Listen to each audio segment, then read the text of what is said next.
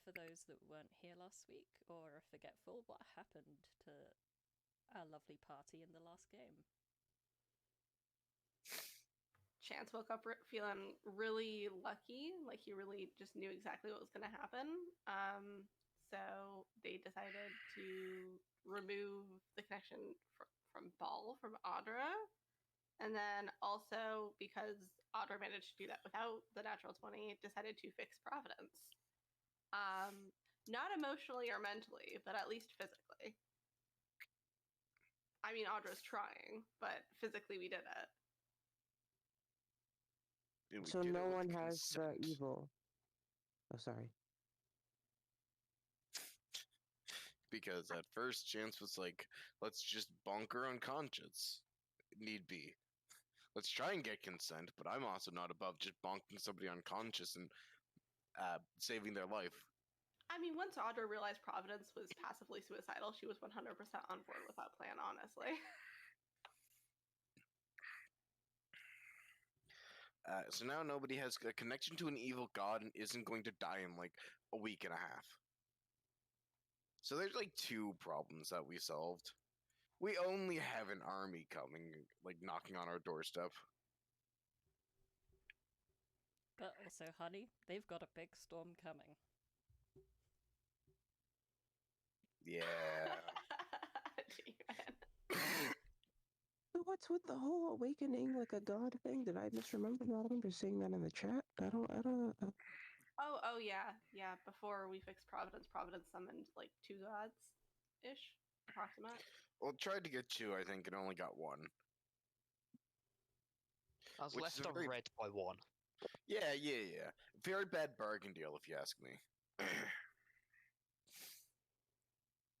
Providence basically went to the library and looked up like what their magic used to look like and what it looked like at the time of the game, and figured out that they'd gotten their magic from like 2 different gods. The first being Arazid, god of spellcrafting in wizards, and the current one being Talos, god of storm.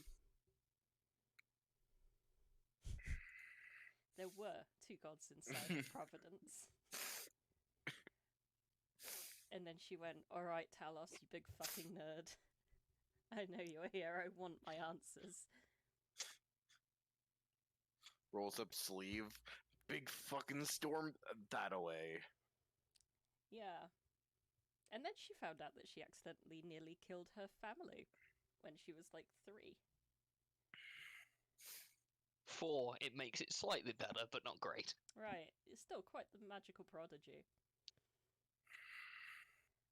Anyway, Providence isn't a sorcerer anymore.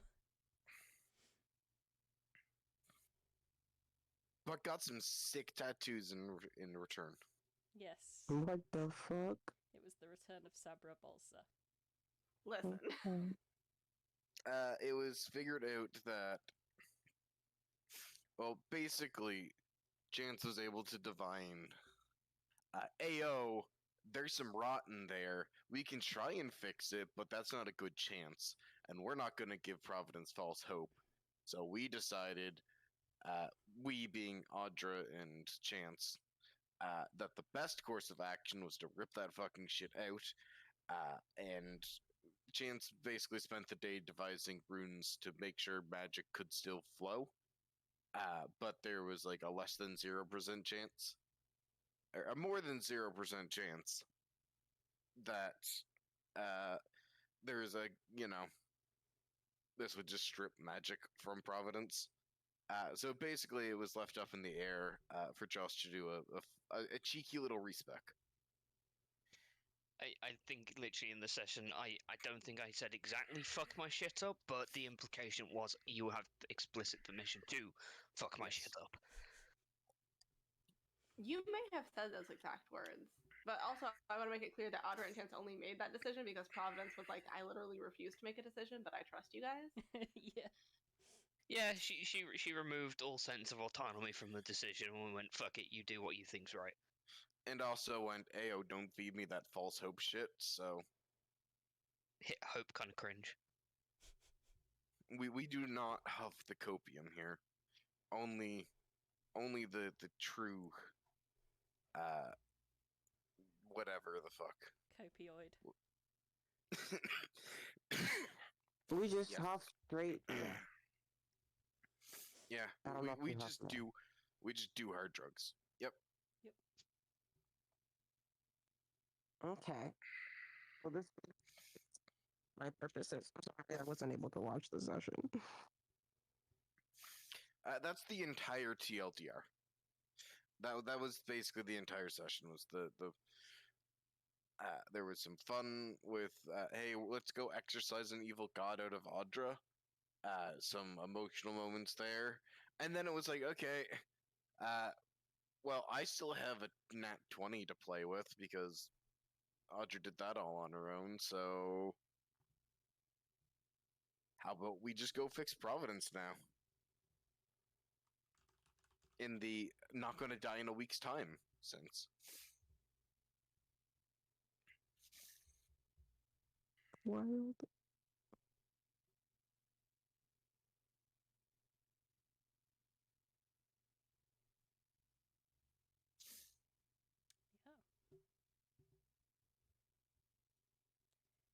And I believe that we finished the day with Providence just kind of like being forcibly tucked into bed. Yeah, I think everybody just kind of like vibed in Providence's room, as creepy as it sounds. Arazid spent most of yesterday, as it were, with Samantha in the training grounds. Mm-hmm. And like helping the archers learn how to arch better. Don't need this. I'm gonna rock up into the manse and be like, "Hey guys, what did I miss?" Yeah, I've got a token of yours in the room where Providence is just kind of existing Mm-hmm. already, because I figured you'd probably end up seeking him out.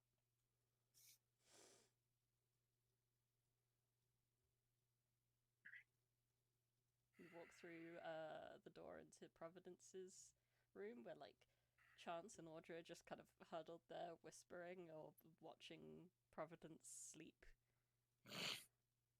Oh, did you guys add one more? That's awesome. What? You know, like sometimes people in relationships they never mind. Sorry, I'm gonna leave and then I walk back out. We're just watching Providence sleep. This isn't creepy at all. Why are you acting like this? I wasn't saying it was creepy. I was saying that maybe it was romantic in some capacity. Looks at you Chance so just looks confused. yeah. Chance also looks very confused. No, we did magical magical surgery. Oh, okay. Sure. And I guess I will also post up somewhere and watch Providence sleep. Yeah, as seems very normal now. I'm not sure This how I is should feel normal. about this.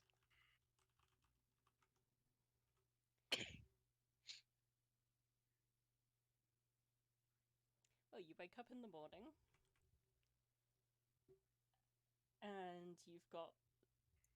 I mean, I assume that at some point in the evening, you guys have made your way to like these comfy chairs, or like maybe just like at the foot of Providence's bed. Providence, you're feeling pretty sore, but you wake up and you feel very not alone, and you presumably do not like this. Oh yeah, no, she just disappears. Doesn't walk anywhere, just disappears completely. Audra goes full cat and starts meowing like she's looking for a lost kitten. Start meowing. Actually, wild shapes into a cat. She need to work out distance for this. Oh, come on, roll 20, just... I've had enough with the transport system, I don't need you being an absolute bastard on me. Okay, there we go. because that would be 20 feet. Yeah, she just disappears and reappears there. Huh? Oh god, that's going to be a mess. Sorry, I'm simultaneously trying to sort Roll20 out on a laptop, which is interesting. I played on a laptop for many years, so I feel your pain. There we go. Fixed it now. Kitchen's to the left, isn't it? Yeah. If I'm remembering this map right. Yeah. all the Can't way on, actually like, the make it side. small. Could you move my token to the kitchen, please, Ren, or the dining room? Sure I thing. can't make the screen that small. I appreciate. How big is your laptop screen?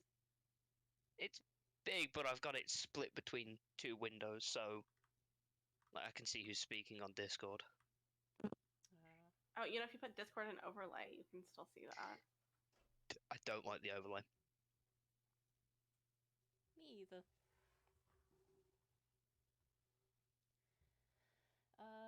When you get to the dining room, you see that Sophia and Luca have woken up and beaten you to it. Possibly Ilda as well.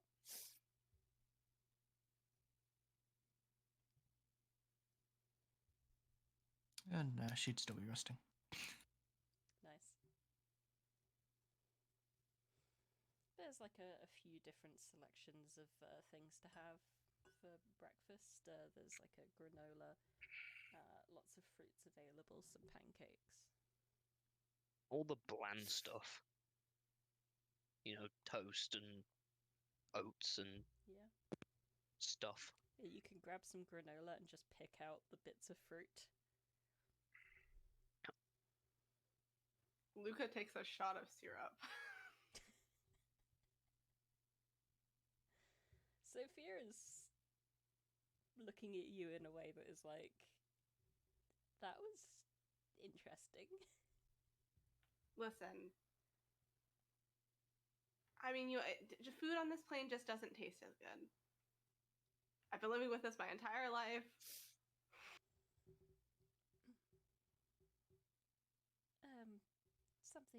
Something you didn't need to be any sweeter. Oh my gosh. And when like Providence wakes up and like, quietly gets out of bed and leaves, I assume that at some point then the rest of the party kind of wakes up and is like, oh. Yeah, we'll get out of bed.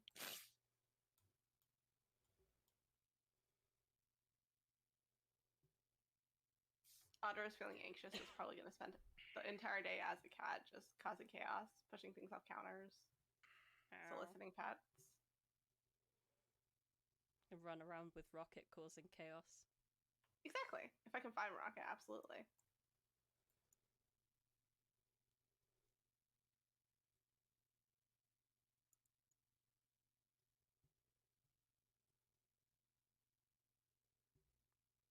I'm actually going to go, while Solas is still sleeping, and slowly push things off the dresser until he wakes up.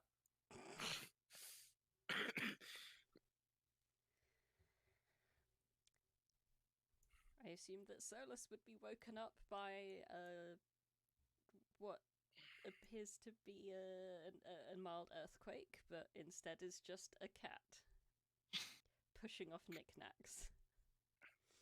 I mean, he wasn't asleep. He was, memory serves, he was seemingly either writing or drawing something in a notebook. Okay. But yeah, the cat comes in, immediately closes it, and just looks down and is like, ah, fucking hell. Okay.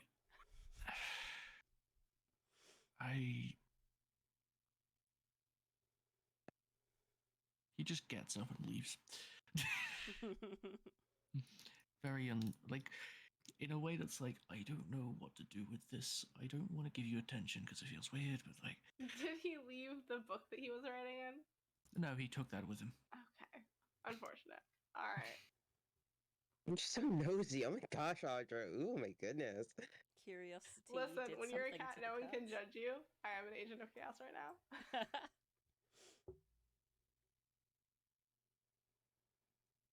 So, I believe that it is currently Invasion Day 15, which means that you have about 2 days left.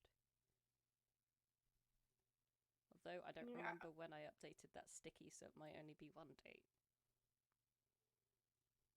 That would have been a good thing to have looked up before the game. No, I'm pretty sure you're right. I have a vague memory of changing the sticky towards the end of the game. Well, if you have a vague memory of it, it must have happened.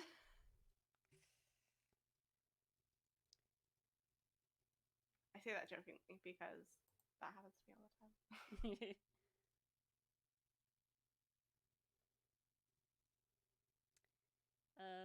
Cat Audra, you are quite interested in the smell of freshly baked fish coming from the kitchen. I'm gonna go straight to the kitchen and try to just steal some without disrupting the cooks. So all the doors to the kitchen are pushed shut, so it's going to be very hard for a cat to open them.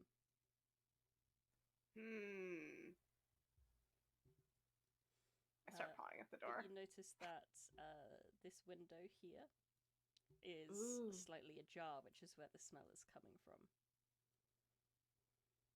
Okay, I don't know if you want me to roll a stealth check as a cat, but I absolutely will. I want to jump through here.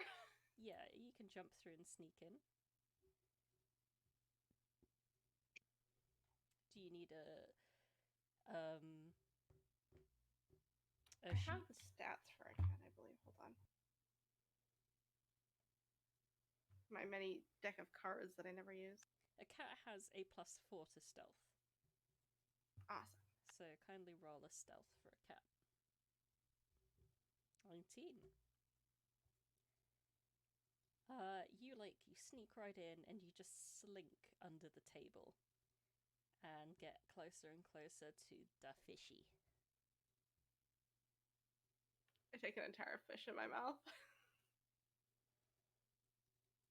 It's I'm gonna go out the way I salty and came. delicious. Yeah.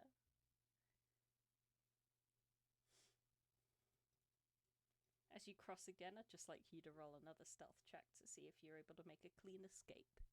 Absolutely, and I actually get advantage on these because of my tattoo, which I retain that advantage in whatever form I'm in. So 20. 16. Yeah, 20. Yeah. The cat burglar strikes again.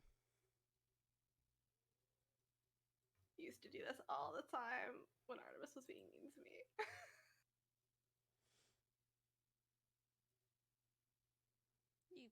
You get the sense that eventually the chefs are gonna realize that something fishy's been going on, but right now, Oh, absolutely. they don't suspect anything has been purloined.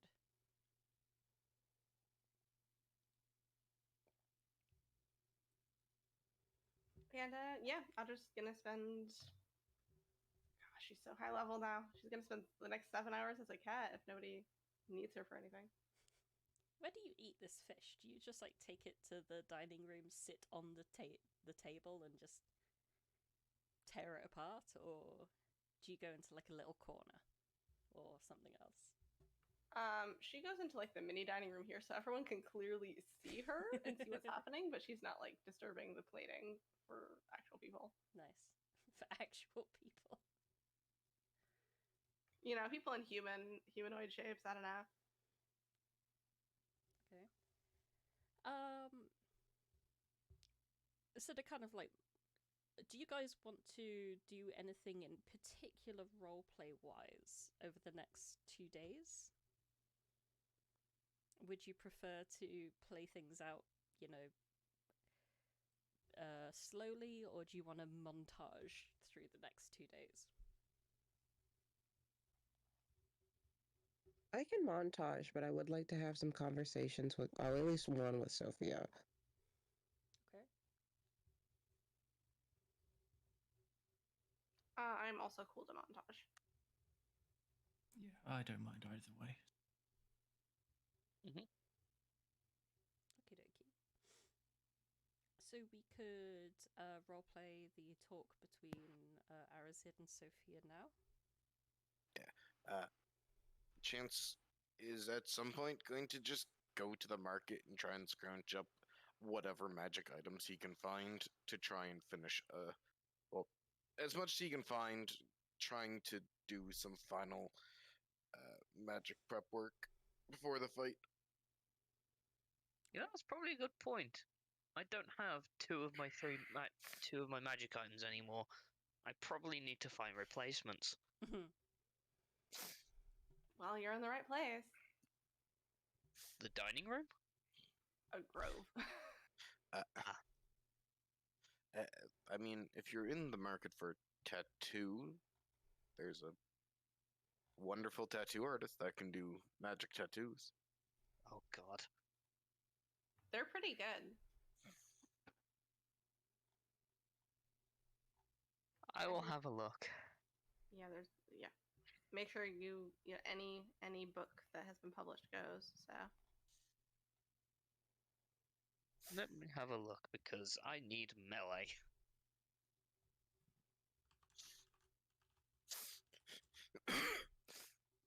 Might I introduce you to the Blood Fury tattoo that both myself and Solas have already gotten from this person? yeah, I was gonna say I was trying to remember the name of it. It's the legendary magic tattoo that's will let you heal back. You can choose to just use the damage and heal back for what it does. It's 4d6. Typically necrotic, but we've runs allowed in the past for both of us to change the type of damage by cat using a spell, or somebody using a spell with that damage type that we want to change to.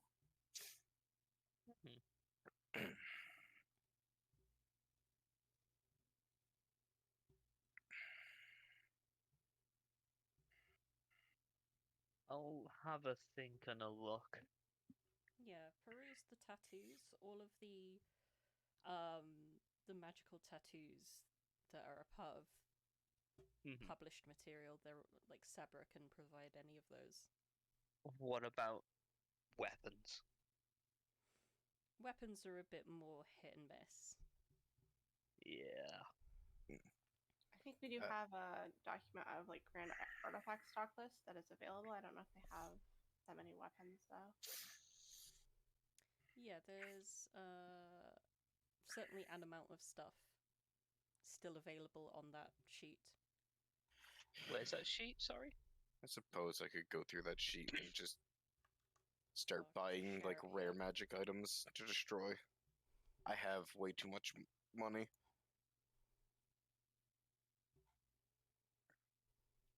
Near guarantee upgrades. Wait, where is that sheet? It's just been posted again. We just double posted it, so Ah, chat. okay. Thank you.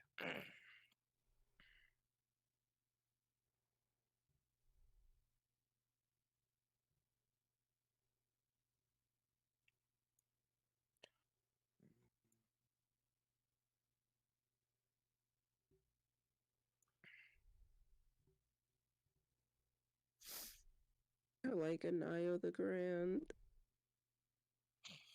May Anayo rest in peace. We have gotten revenge. Yes. Rare is 25% increase, so I might just buy out like. If I buy out the rest of the rare items, that's 8 rare items, so I can guarantee 2 things. Which is the spell I want to make and getting the sword to +3 spell casting.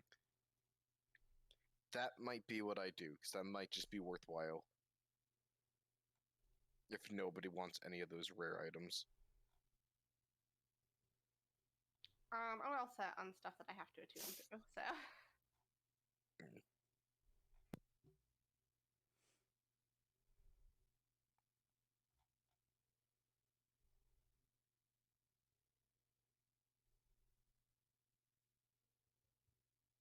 The Wand of Smiles is just the corporate office.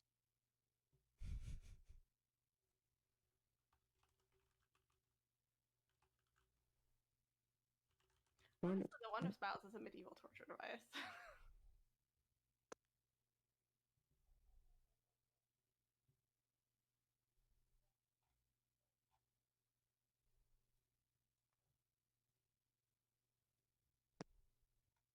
I feel like the Horn of Silent Alarm is not a bad idea for me if I decide to do what I think I'm gonna do.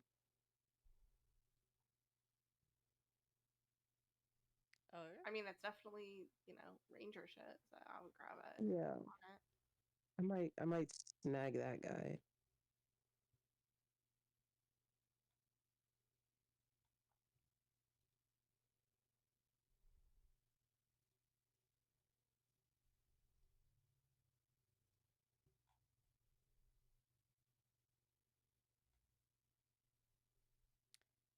what are you buying this? Sorry, The Horn of Silent Alarm.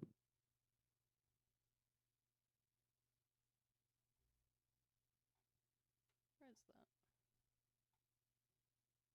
I can't see it on the sheet. Oh, It's I under see. common.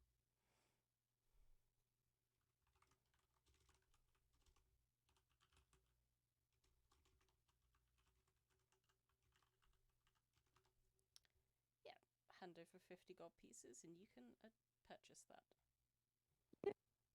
Thank you. I don't got money like everyone else do. I don't be keeping that thing on me, but I got enough. Nice. There we go.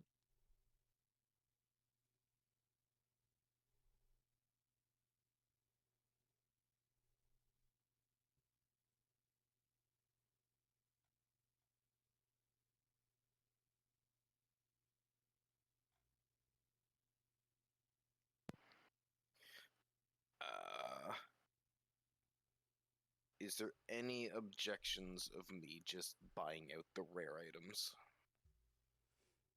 Mm. You do you?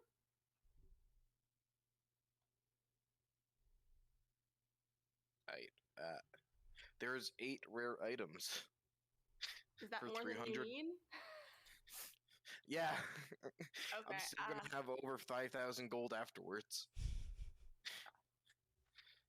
'Cause this is 2,400 gold. So I'm just gonna buy them all. Do we know if like the little sensors that they have up everywhere would be considered like to check in on our brain from the things would be considered magical scrying? The what? Sorry. Like you know how they can sense our they could before we heal ourselves sense our brains through like the spores in our body through like they could sense us like us. Would that be considered magical scrying? No, technically it would be considered more of like a creature feature. Okay. Oh, speaking of which, Audra still has spores now that she has no connection to Ballgun. She might want to get this taken care of. But we can montage that. Gonna have a montage. Montage. What would my options be for a magical dagger? Magical dagger. Let me look that up. To stab or not to stab? I just need a simple finesse weapon. And then I'm good. Well, I rolled a d20 to see what level of magic item a dagger would be here.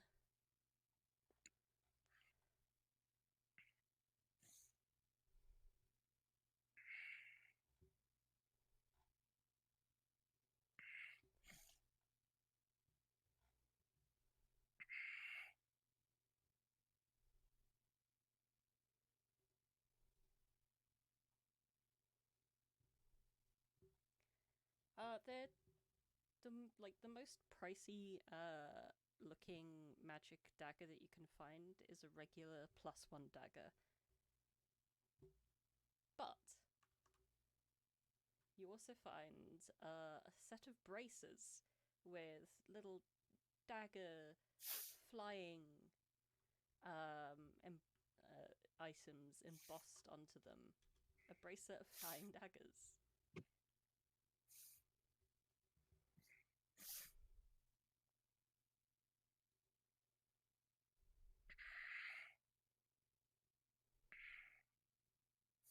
Ah, from Waterdeep, just like Gale.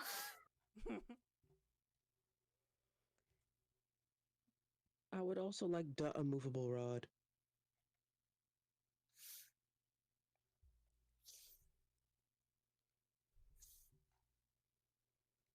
You know what? Sure. That. Can you afford 150 gold pieces, Arazid?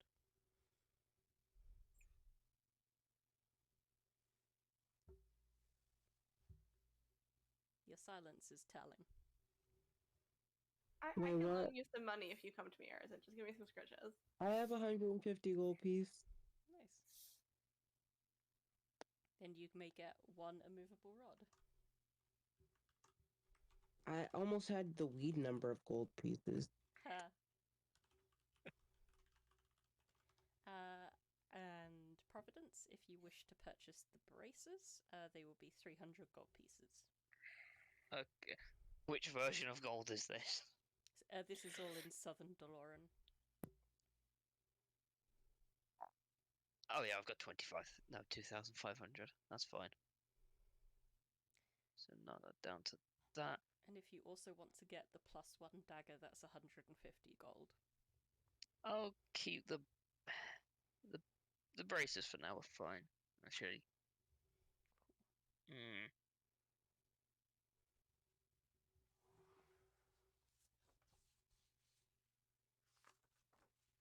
No, I will just get the +1 dagger rather than the braces. Okay.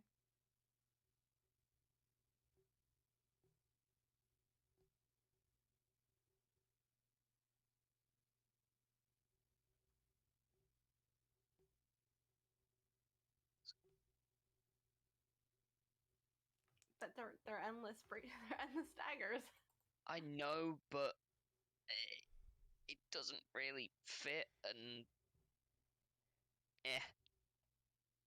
Also, they're not +1 daggers. They're just magical for the purposes of overcoming resistances. I'm gonna be honest, the only reason I need a +1 dagger is in case I drop concentration on something else. Or if I need concentration on something else. My damage is not coming from the dagger. So that's fine. Just want to remind you that you could have been this guy. I could have, but I couldn't live up to the legendariness that is Moon Knight.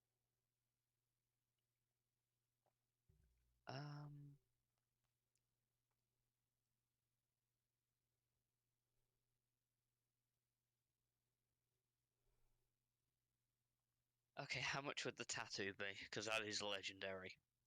Which tattoo? The Blood Fury. I believe they were being charged at 1,000 gold each. Oh, okay. Well, I'll mark that off. I can afford that. And it would take a few hours of your time as well. Oh, that's fine. Roll 20 work with me.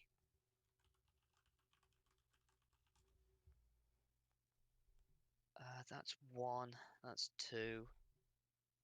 I guess, would there be anything interesting for that last achievement slot? Roll a d20. I can certainly try. And describe to me what you would be looking for. And I will give you a shitter version of that. Literally anything. Okay.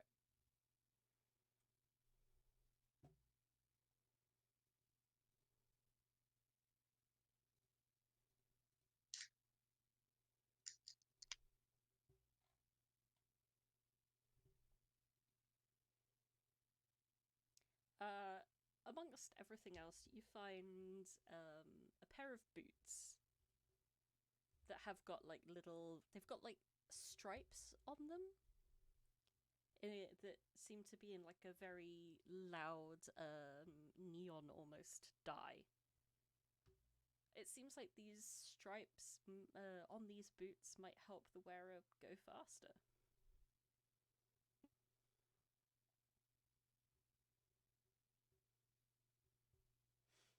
Give him the chance. They are the boots of some speed.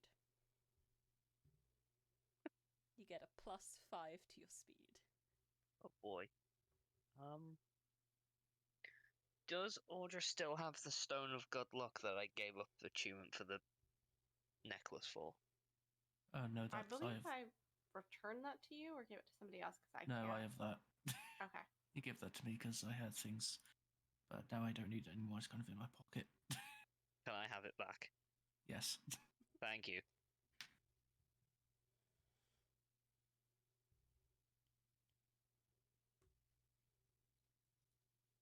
They were a very fine set of boots. They were, but neon is not my vibe. And that is the main criteria. Fair enough. I don't really see you as much of a frontliner right now anyway. Oh, that will change. Also, have a think on what design you'd like your Blood Fury tattoo to end up looking like. Oh, I can answer that immediately. Oh yeah? She'd basically have the black lines tattooed back on. just at, like, over the shoulders and the arms. She's feeling like a bit of a sense of disconnect from her body now. It doesn't quite look the same. It's more the case of she's not ashamed of them. Like, Okay. you know, they're her scars. It's just proof of the shit she's been through. It'll take Sabra a good 3 hours to tattoo them on, but she'll able to do so just fine.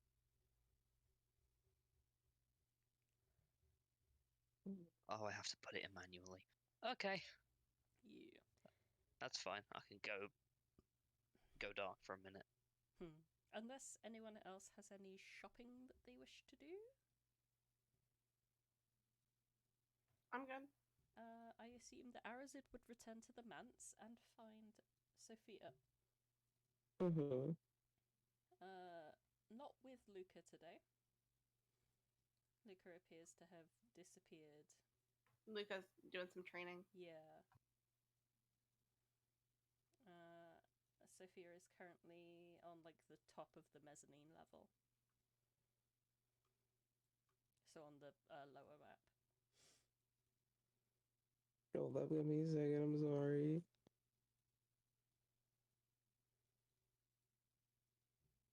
I could also move you if you desire, and you could just... I found. Cool. I found our dear leader. The most overwhelmedest woman in the world. The most what? Overwhelmedest woman in the world. Yeah.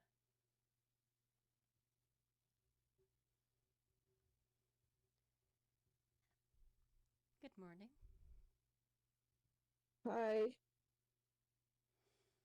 You can see that she has been looking over grain produce reports, trying to work out rationing levels in her head as you've been approaching. So I wanted to talk to you about my agenda for today, tomorrow, and then the day after that, if that's cool. I think your agenda for the day after that is probably quite clear, but I'd love to hear the rest.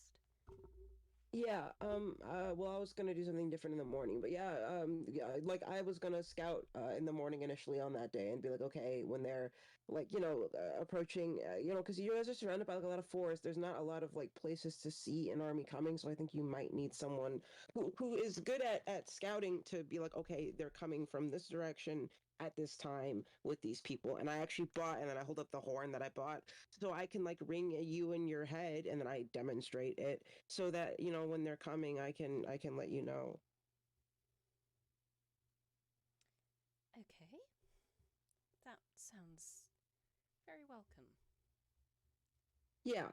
And then for today, I was gonna also just do some scouting, see what's in the area. But I I can. You are surrounded by an abundance of things, and whenever I like go out into like the desert, that's the experience that I've had at like the mountains, and I like forage for stuff. I usually find like twice as much as everyone else.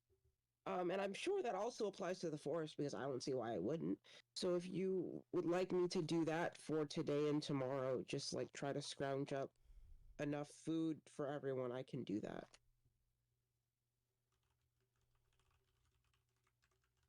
That sounds very welcome. It would solve quite a few concerns of mine. Yeah, and like like outside's kind of like my thing. I lived in a cave. I don't know if you know this about me, but I lived in a cave for 20 years. So, like I don't. You can't get the jump on me outside. It's just not. It's not gonna work. So, yeah, I'm gonna go do that, and I could also, when I'm scouting, maybe bring some of our cool powered friends with me, like the cool people from some of the 100 people that we brought with us, just so that I'm not I don't die. But I only want to bring like 2 or 3 because also it's um only I don't trust other people being as stealthy as I am in the forest, especially people that have been stuck somewhere for like what was it, like 1,000, too many years, more years than I know how to count. So I just wanted to throw that out there. Thank you. You've been a big help, Yeah, you're cool, even though I'm not. I that was gonna sound insulting. I didn't want it to be insulting. I understand, don't worry. Even though you've got a lot going on right now, I guess I'll say you're still cool, and I appreciate you doing what you can when we kind of put you in this position without you wanting to be in this position, and I'm sorry about that. She kind of seems to smile and just nod at you. Yeah. So I'm gonna go to the woods and like I don't know, pick wood fruit. I don't know. Yeah, I'm gonna go bye. And then I run off I scurry off into the forest, Well, and that's where I spend the next 2 days. as you guys are talking, just as you're awkwardly saying your goodbye, before you have a chance to turn and leave, a guard like bursts in through the doors to the manse and just like sprints up. Madam Sophia! Madam Sophia! The attack's begun. There's a and they kind of have to stop, catch their breath a second. There's a floating island with lava. Oh, that's false alarm. That's not you. You don't worry about that. You can see Sophia's like eye twitching. More That's our ride. That's our ride. I'm sorry to scare you.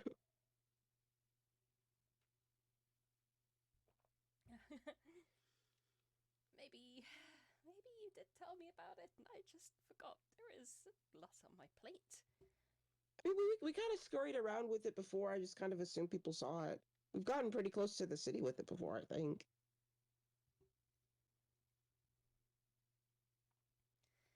Oh god, that place. Of course, yes. No, you... If I recall now, you always parked it quite far outside. Took a small Oh yeah, fly probably ship. intentionally to not scare people.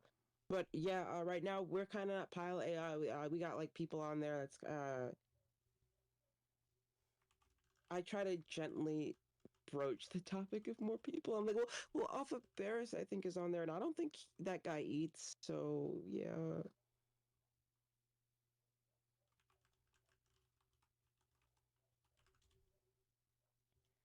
Okay, well that's one less mouth to feed. And how many others are arriving? Guys, how many others are arriving? I forgot. A lot. Although, like, as a mitigating factor, Audra did sit in the fields and cast plant growth like yesterday. So True. I mean, it's only a small army from Mona Limbo. Is it higher than 8? That's the extent Start of counting on Arazid's your knowledge. fingers. Start counting on your fingers, Arazid. Yeah, that's the extent of Arazid's knowledge. So he just like goes 1, 2, 3, 4, 5, 6, 7. A number that you're not necessarily gonna be too fond of. She very carefully puts down her pen and laces her fingers together. And just looks at you expectantly. I shuffle around on my feet nervously. Less than 100, I think.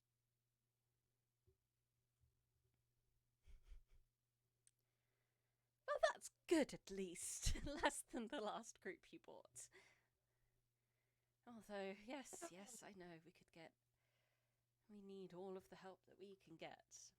For those that have forgotten, here is a sheet with all of the fighters and their exact numbers.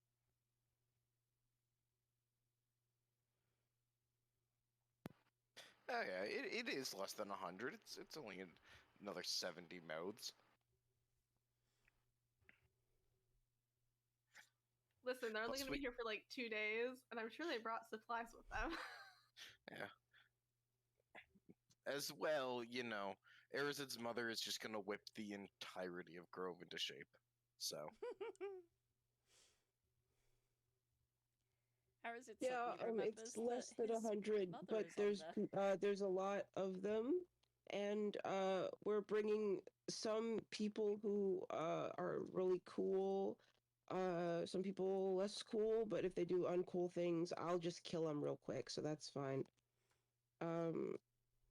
And then also my mom, and if anything happens to my mom here, if she is not treated with the utmost care, and if anything, I'm gonna burn down Grove. So that's also on the table.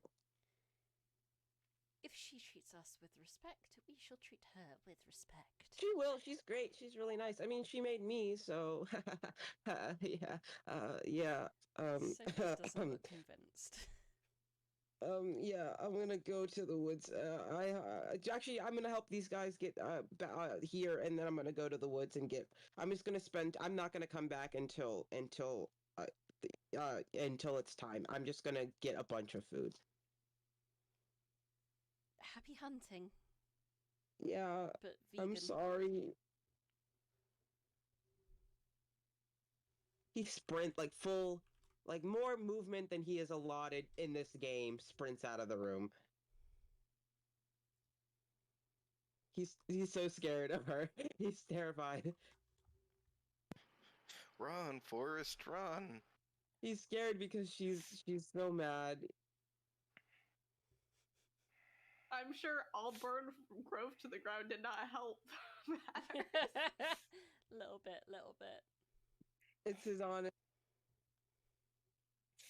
My mother gets hurt. I'm burning this fucker to the ground. The last thing I expected to hear out of Arazid.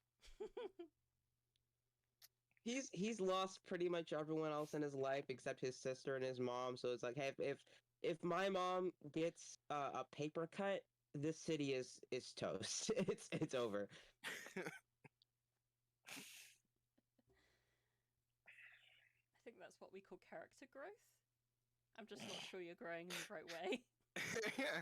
Instead of crying for like a good decade, I'm gonna burn this fucker to the ground and then I'm gonna cry for a good decade. Character growth, but much in the way of tumor growth. I've only had my mum for 20 years, but if anything happened to her, I would kill everyone in the city and then myself. Exactly. Well, there's a big floating island there. You can, as you go out to the forest, you can see, like, in the distance, there's this gembe slowly making its way to the ground. Sorry, I'm trying to move my token. It's just moving the map. I don't know what's there. It is. How dare you move the map? It's my map. Yeah, I moved it. I moved it. But yeah, I go over here.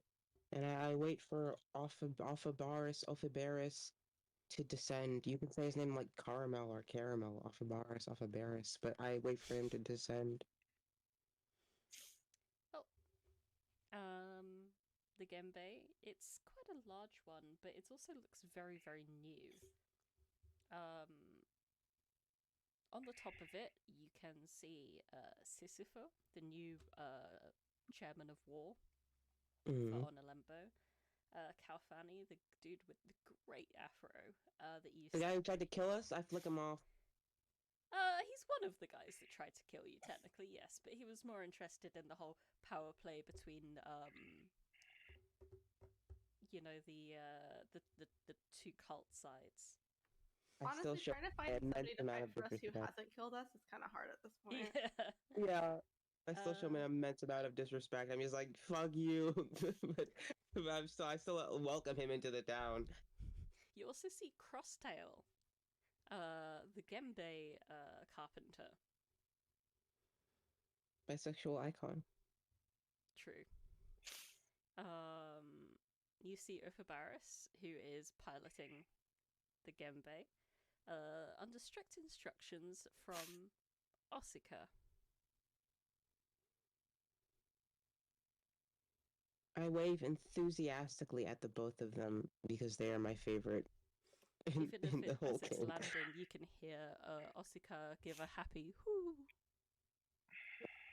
And finally, at the very front of the Gembe, almost looking more like you know, one of the ship icons at the front, I forget the name all of a sudden, is your mother. I wave at her as well, more enthusiastically than Asuka, but only by a little. As the Gembe touches to the ground, and also Luca and Samantha would be quite close by because they're kind of sitting down in the field right next to where you guys are training. I knew they had to have airships. These fucking liars. I mean, it's not as advanced, but I suppose. Yeah, I mean, maybe they're poor. I think we've established that. But yes. I'm not poor. Not you, honey. Whoever owns the airship. Although the fact that you don't own an airship. Clearly, you don't own an airship. Have you been to the airships quadrant much? Oh, who am I kidding? Of course you haven't. I just kind of look slightly offended and just approach people descending the Gembe, and I go, "Okay, this is Grove. I got a lot to do today, so I don't know if I'll be able to handle like all of getting everyone settled. I kind of got to go out and get food for everyone so that you guys all don't starve over the course of the war. But this is Grove. It's nice and pretty, and there's water, and you can drink any water that you want. Really, all of the water is drinkable. They said that you shouldn't drink water that's still, but you know, I don't think they know what they're talking about. It's water. But yeah, there's a bunch of water. These are our friends who were trapped underground or something for 1,000,000 years. I don't know. Can you guys help? Can you guys help them get into town? I got stuff to do. Sure. We know our way around well enough by now that we should be able to help total strangers figure it out. Was that like the first figure that you guys see jumping off is like someone who's very similarly sized to Arazid, but looks like way angrier. She just like marches up to you, like she's got like purple hair that's kind of haloing her face, an axe in each hand. She just literally just like tosses one of her axes up in the air, and reaches out to like shake either of your hands, and she's like, "Always nice to meet a friend of my wee one."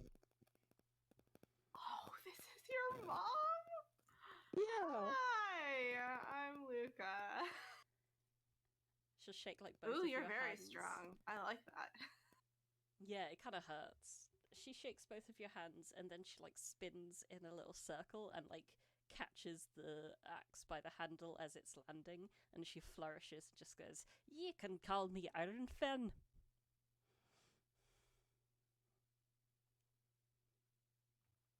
Arazid, are you sure this is your mom? What? Why are you always rude to me intentionally? I feel like there's maybe like some social disconnects of what's rude, because I just asked like a real question. Yeah, but the implication was that she's cool and I'm not cool, so therefore she couldn't. I know I have. It's just like she has purple hair and your hair is not purple. Can I roll an insight to see if I'm being gaslit once again by Luca? Yes. Oh, let me roll Yes, this please. action. Yes, this is a great competition. Slightly autistic guy tries to see if once again he's being made a fool of in his own home. Beat a 15, Arazid. You're being gaslit once again. Luca's trying to be polite, but lying to be polite. I narrow my eyes horribly, and I go, I know that you're making fun of me, but I can't prove it because you can't prove things that people say. And then I hug my mom. Just like before you hug her, she will turn to Luca and go, "But if you dare respect me or my son again, I'll be finding a new sheath for me axes. Get For it? real? Would you actually fight me? All I have to do is insult your son? For real? My wee Way bairn too is excited all I've about got this. left." Way too excited. Me and 70 of me closest new friends. Do you promise? Tell you what, he and I both survived the battle. We'll see who's the tougher. No, fight me right now. Luca, honestly, after you guys finish hugging, tries to drag her mom over to the training grounds. She will acquiesce to helping with training. But she will claim that it is unprofessional to do an actual sincere fight. Though she will acquiesce to spar with you. Gnome's honor. Luca spars with her, but is visibly disappointed that this woman won't fight her. Gnome's cunning. She getting the lowdown on what Luca can do.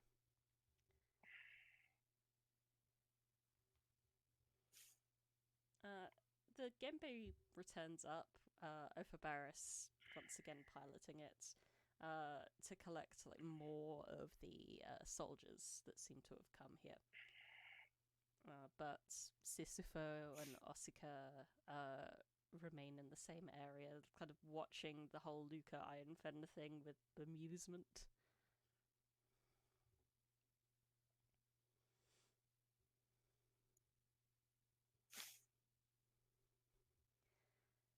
Okay, well, I don't know if any of these people have ever been to Grove. I don't think we've ever shown any of these people Grove, so I just kind of, I guess I gotta stay a little while and help everyone get situated. I gotta find a place for them. Okay, and then Arazid just starts running around.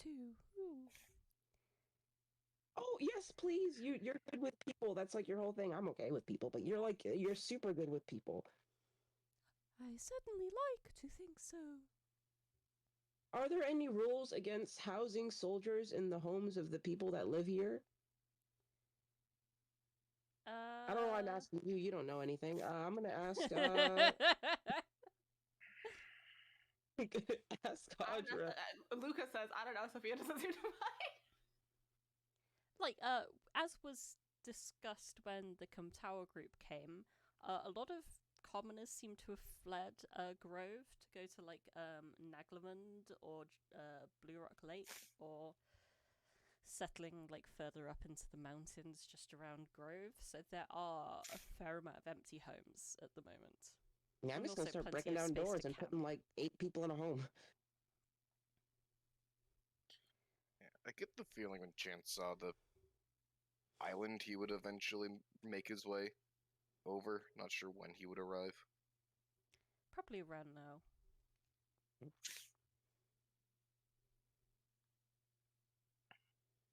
Hi, Chance. We got company. Company is coming. Well, Hello given again. the islands here, I presumed. Yeah, can you help them? Can you help find places for them to be in? I really got to go in the woods and get food so Sophia doesn't I feel like something in her brain is gonna like actually physically explode and kill her if I don't do that. And I'm actually worried about that happening, so I gotta go. Yeah, I can take it from here.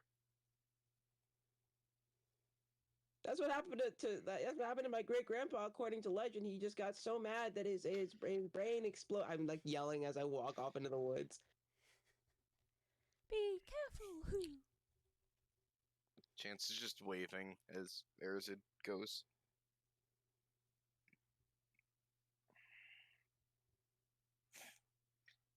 Chance would look towards the 2 of 3 elders and kind of nod his head. Hello. This is a lovely place that you have here. Ooh. Yes, it's been quite a while. You will find many of characters around in and around here. I'm sure there won't be any troubles.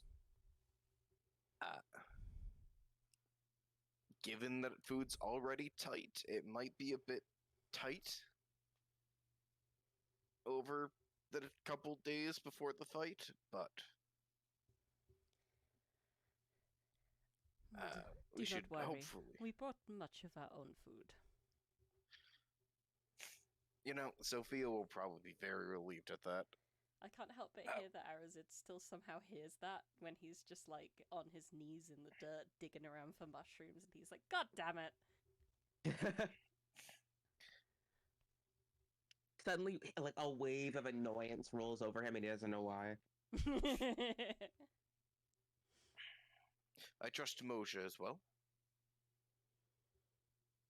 He could be better. It could be worse. They are much the same as they have always been. Well, as they always say, no news is good news, so. They are still kicking, as it were. Well. This is a training area. I believe this is the melee-focused area. I think the archery range might be over in that direction, and like Chance will motion towards it. Other way around. And she's literally pulling an arrow out of a forearm. Chance just looks in such a way of like, what the fuck is going on here? Because he hasn't been to the archery range yet, because that's not his speciality. Yeah. It's not that hard. You just catch it like this. And Luca literally catches one midair. I mean, that doesn't phase Chance. And then Samantha's like, oh, you just catch one like this. And then she just stands there as an arrow. Stands there and takes it. Awesome. It's more of the just standing there and taking it. That Chance is more like, who the fuck did we unseal? Just like an honest like, what the fuck? Before he just kind of like shakes his head, looks back towards Sisypho and Asuka, and kind of motions. If you'd like, I can show you to where the defense is being more or less led from. That would be most welcome. And Chance is going to take them, cut through, and head over to the manse then, and go find where Sophia is. You're familiar with the area. She's still on that upper mezzanine level.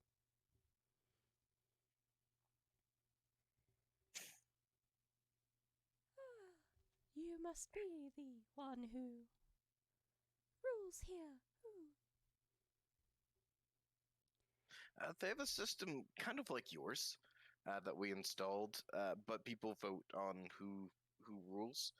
Sophia is one of the 3 current leaders, and is more or less organizing the defense. Ah, wonderful. You are the cultural chief.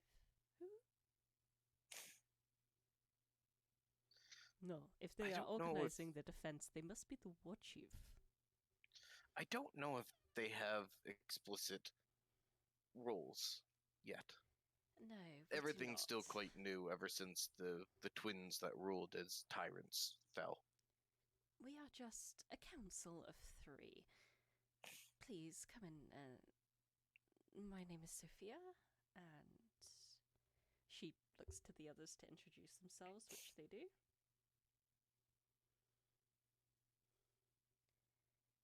Well, it seems we have much to discuss. I'm sure you want to know about housing, food, defences, all of that. And you, like, Chance, you can see a visible wave of relief wash over Sophia when Osaka says that they bought their own food, and if push comes to shove, they can sleep on the island. Like, her knees almost buckle. Like from behind everybody, so like nobody, but Sophia can see it. Chance like gives like a little like thumbs up like around the waist height of like, we can do this. Like, hey, you know, we aren't just bringing everybody here and telling you to feed them. Some of them have their own food and transportation. She sees this and has to suppress a good smile.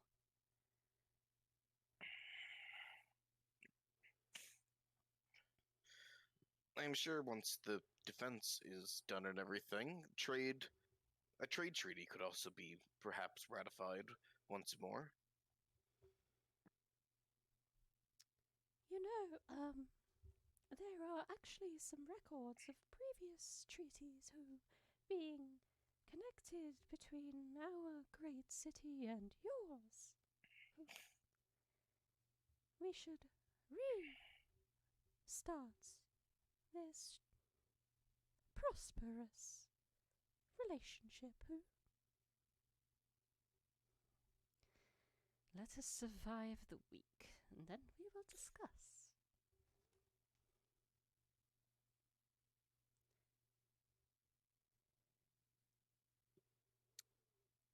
At this, Chance is going to look to kind of like back up a little bit. Well, I'm sure you can all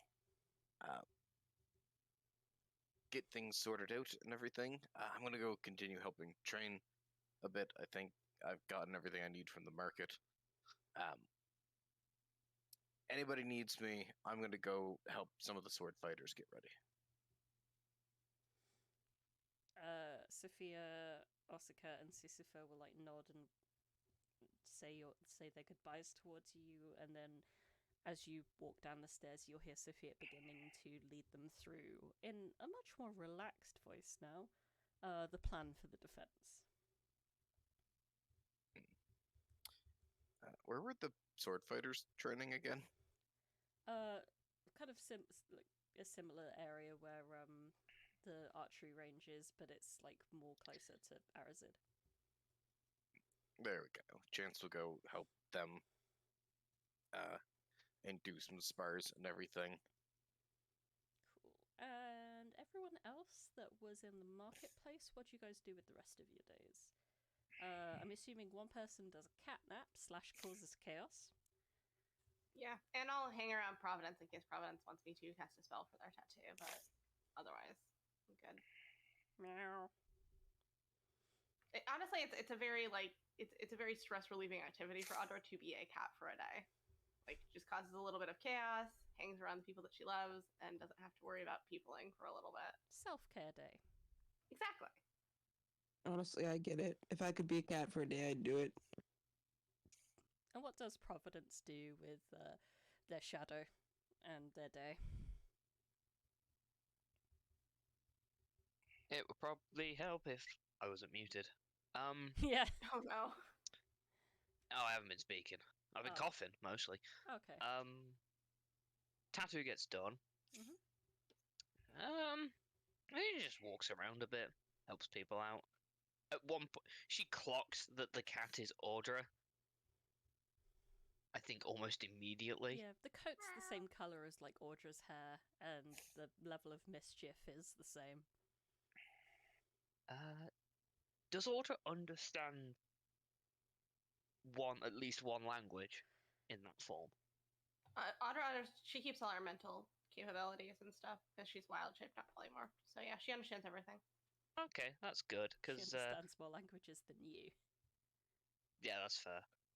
She doesn't speak out loud, but in your head. You're still whispering that to me. Oh, bugger. Oh well, hang on. You can telekinesis? We can both telekinesis? Well, Telepathy, not telekinesis. Telepathy, Okay. yes. I got so excited that I forgot the word. I can also do telekinesis. Nice. That's neither here nor there. She's... Oh, pardon me. That's what It's like- telekinesis does. It puts things that are here over there. I am also Yeah, telepathic myself. So I'm the one that's telekinetic. What? yeah, I could need to understand at least one language or be telepathic myself. So even if I was polymorphed, I would be able to understand you. I'm going to take it that's you, Audra. Yeah. Okay, sure, whatever.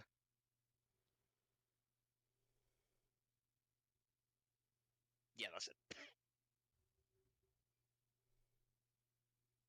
She will literally just go around helping people. Being a person is just so hard, Providence. Yeah, no, I can tell. It's the way plot twist and Providence just turns into a cat. No.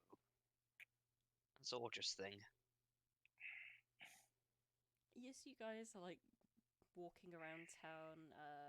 You're drawn in some way towards the sanctum now floating directly above the farmlands. And you see the Gembe settling down for its like unloading of its next load of passengers, and you see Ferris amongst the passengers. Ha, ha, ha, ha. Invisible. That's a responsibility I'm not gonna deal with.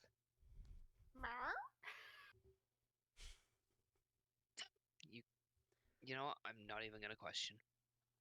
I like to think that Audra literally just telepathed the word "meow" into Providence's mind. She can't see Providence.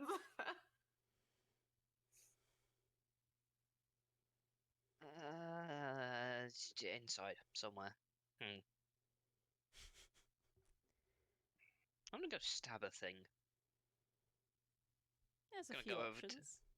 Yeah.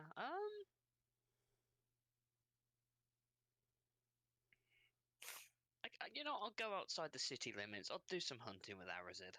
Why not? Nice. So Arazid, Providence, and I'm assuming Claudra. I love that. Say that again, Yeah. please. Josh came up with it, not me. It was in the chat. Claudra. Fuck. Oh, let me look. I love Claudra.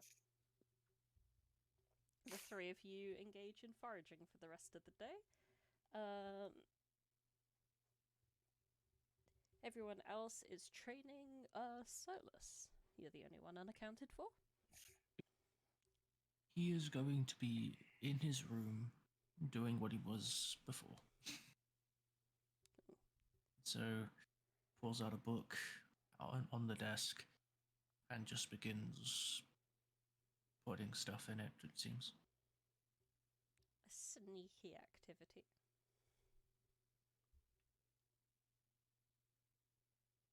Okay. If no one has anything else in particular that they want to do with their day, we could just fast forward to the end of day. Mm-hmm. Oh, how much would it be for a magical greatsword? Because Samantha doesn't have one.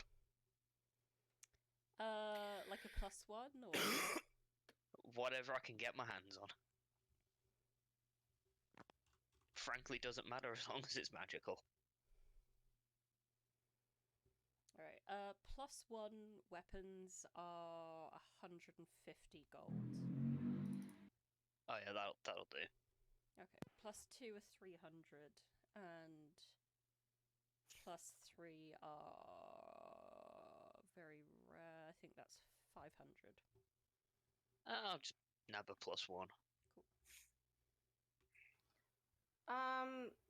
Chance, do you still have those bracers of defense? Are you using them? They're gonna be destroyed for spellcasting. Can I buy them from you for Luca?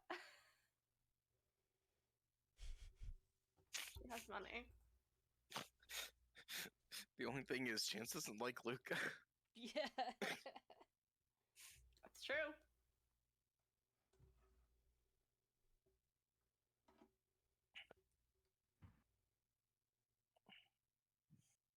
But does Chance like money? Or having a really good warrior.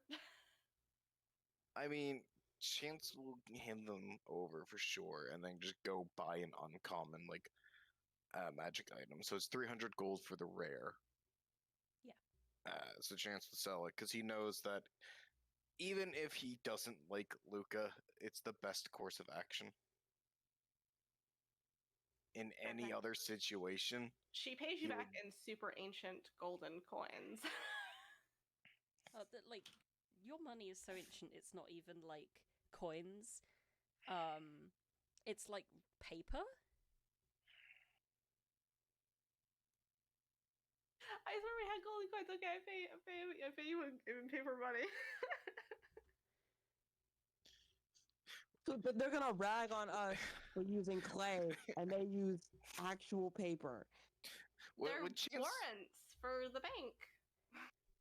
Chance would know this doesn't fly in Southern Delore. Well, Right. Chance has also had experience with handing over pieces of paper that are worth a Yeah. lot of money at banks. Yeah, they're basically equivalent to those banknotes that you turned in at one point.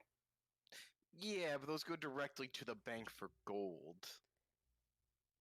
And there's no There's- bank in Grove to honor these. There is like text on them saying, like the bearer of this has, an amount of currency in gold payable at any good Tara Helen bank. So, I think ultimately it's up to Chance whether or not he would interpret this as still valid currency, because like there are some banks where you could, like in Duras where you are going to next, where you could persuade the bankers to still honor it. Once again, walk in.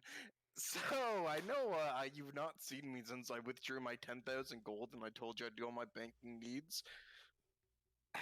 You'll never believe what I found in my garage. Chance would take it with, like, just the smile of, what the fuck? Like, this is money? Question mark. Why are you looking at me like that? How do you exchange goods and services?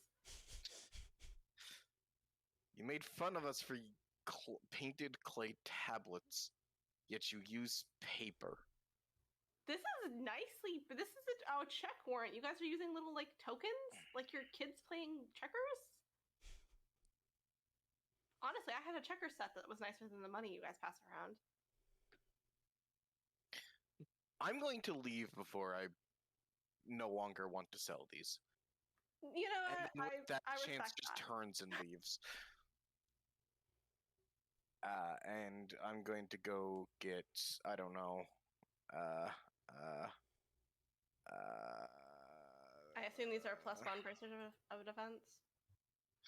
they are rare equivalent. Which would be a +2. Ooh.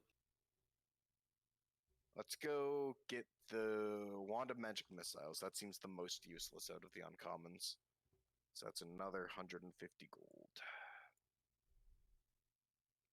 Specifically if you're wearing no armor and using no shield, which I assume. Which I don't because I'm a monk. Yeah. Technically, Chance could also use them. Nice. Because he wears no armor and has no shield. But there are attunement. I think all your attunement slots are full. Yeah, they are.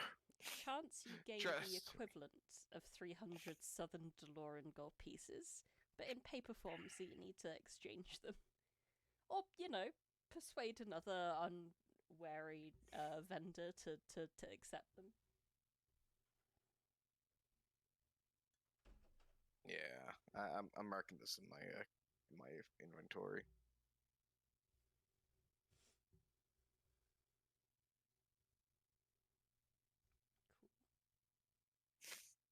And yeah, again, unless there's anything else, we can end today there. I mean, this day. Okay. For spell making, then. Yeah. I sent you the finalized. Oh yes, the idea you had last week. Yeah. It's basically the same thing, says the same thing and everything, but just to make sure 100% on that one. Ooh, that's a thought. What would be the process to modify a official spell? If it's an official spell that you currently know, Mm-hmm. the process gives you a bonus. Don't remember. I would basically want to swap Shadow Blade from concentration to non-concentration. That would be quite tricky. Oh, I'm well aware. It's like it the will only happen. way it's really come up before to literally modify an existing spell was when Chance was trying to cast things quicker. And Yeah. for that, we kind of ruled the research as he's just been like learning to cast it quicker and quicker and quicker, like Bruce Lee, fear not the man that's practiced 1,000 kicks. Yeah, so I changed things to bonus action, and for that, they all went up one spell level. Yeah. Because it does literally take more raw magic. If you're trying to I make think- something non-concentration, I'd say that would bump it up by probably more like 2 levels or so. So it would be a 4th level spell, technically, not a 2nd level. Yeah. Yeah, that's fine. And so you would need to be creating it to a 4th level difficulty degree. If I remember right as well, for me, I basically got as if I used a very rare item. So it started off with a base plus 35. Yes, thank you. That was the bonus I was trying to remember. I knew I'd given you a head start to it. So you would have a base success of 38 then. Look, yeah, I'm more than happy with that. Let me just actually make a note of this. Sorry, I just mean 35. Yeah, no, 38. The percentage for the regular 4th level spell plus the rare. Yeah. So you are okay with the first level? Yeah, so the phrasing of it, is it only if you use movement on your turn that you're able to use that then? Well, it's a reaction. So basically, use it, make a movement, then check if things apply. Oh, I see. The movement is part of the reaction. Yes. So it's like make a normal move. So I couldn't, like, if I move, it's not gonna provoke opportunity attacks and everything. It's basically as if I just use movement and then redirect attacks towards me. I would say, considering it's a reaction, you would have a limit, especially for a 1st level reaction spell. You should have like a 30-foot limit on your movement. Okay. I'll move. I can change that in there of 30 feet.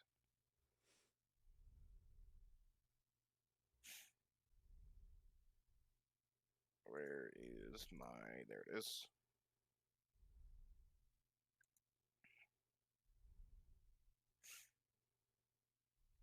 And the trigger for the reaction, I assume, should read something along the lines of like an enemy you can see within range tries to attack an ally of yours or similar. Yeah, I mean in the thing it's like towards an attacked creature.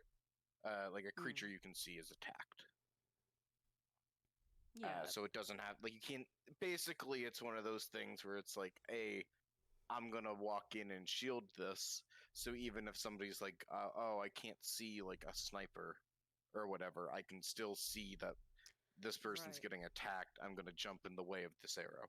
Yeah, okay, you wouldn't necessarily need to see the enemy, but you would need to see the attack. Yeah, Happening in the some attack coming and everything, as well as like in the way that it's there, it can also block spells and things like that. If so long as line of sight is broke. Yeah, with those provisos in place, I'm fine with that spell as is. Okay. Would you be okay if upcasting allows moving an extra 5 feet per? Up to like what I can move. I'd say, yeah, up to 10. 10 feet per upcast. So at higher levels,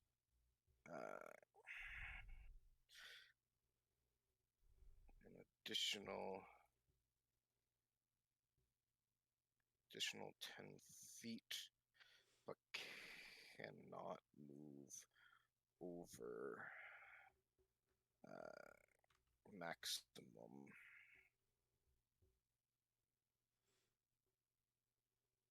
Over your maximum normal movement.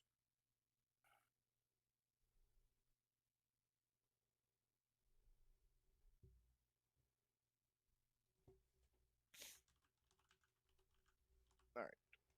And I'll borrow some of those good old arcane supplies from yourself. I think it's 5 if it's a 4th level. Yep. So let me just resend this to your run so you can see how I changed a bit to add what was needed. Yep, looks great. Alright. So you said you needed 5? I do indeed.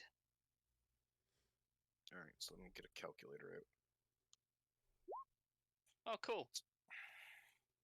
Nice. That's above Hey. 35. So, I need to double check because maybe I'm slightly confusing myself. At this point, the Shadow Blade, which is a 2nd level spell, is now treated as a 4th level without concentration. Yeah, you can still cast it as normal. But it would need to be concentration. Yeah, if you Yeah, that's cast it fine. at a 2nd level, it would be with concentration. You can either make a separate entry into your 4th level list or make a note under casting at higher level. I'll add it. I'll make a note of it. As long as you Where? have a note in some way that you now have an option to cast it, but with a 4th level slot. I mean, that's good because it's a boundary roll. So if I roll it at 3rd or 4th, it does more damage. 8 plus 75 plus 15. So, to make this 1st level spell, I have a 98% chance because I don't have the 4 rare items. So if I roll a 1 or a 2 here, I'm going to be very upset. That is not a 1 or a 2. And then I'm using 4 rare items, which is a guaranteed 101% to get the spellcasting of the sword from +2 to +3. Don't roll a nat So one. just Don't roll a nat one. So just for fun, that's not a nat 1. Hey. Sun's Tear now is a +3 longsword and has +3 to spellcasting. And I create the 1st level spell that I was after. You have now fully artifacted it. Yes, it is good. Which means I also need to add this spell, not have that prepared, change that global magic attack modifier to 3. I need to re-roll my portent in a minute here. So that costs... Where's my... There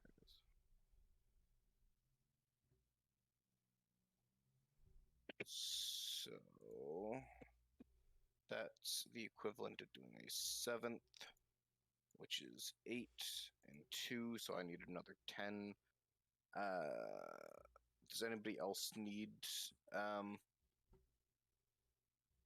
arcane components? I would like 10. I'm gonna try to make that bees spell if there are enough, but it's not like super urgent or anything. Yeah, we're currently using 15. I have 53. So 53 minus 15. There's another 38 remaining. Great. I need enough for a 6th level spell, so just that would be, I think, 7. 7. Alright,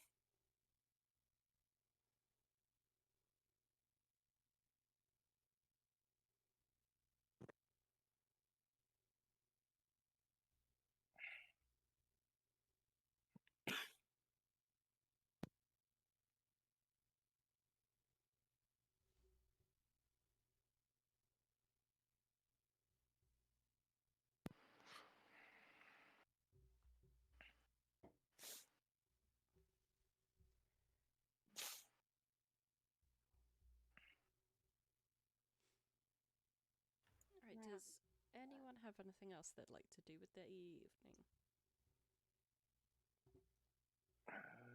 Okay. Why didn't my spell save DC go up? You might have to do it in the custom part. Yeah.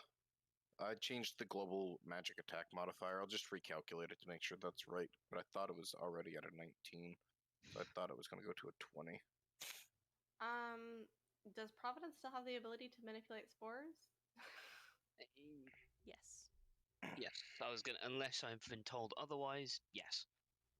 Okay, well, after 7 hours, I stopped being a cat. I have no control over that. And then,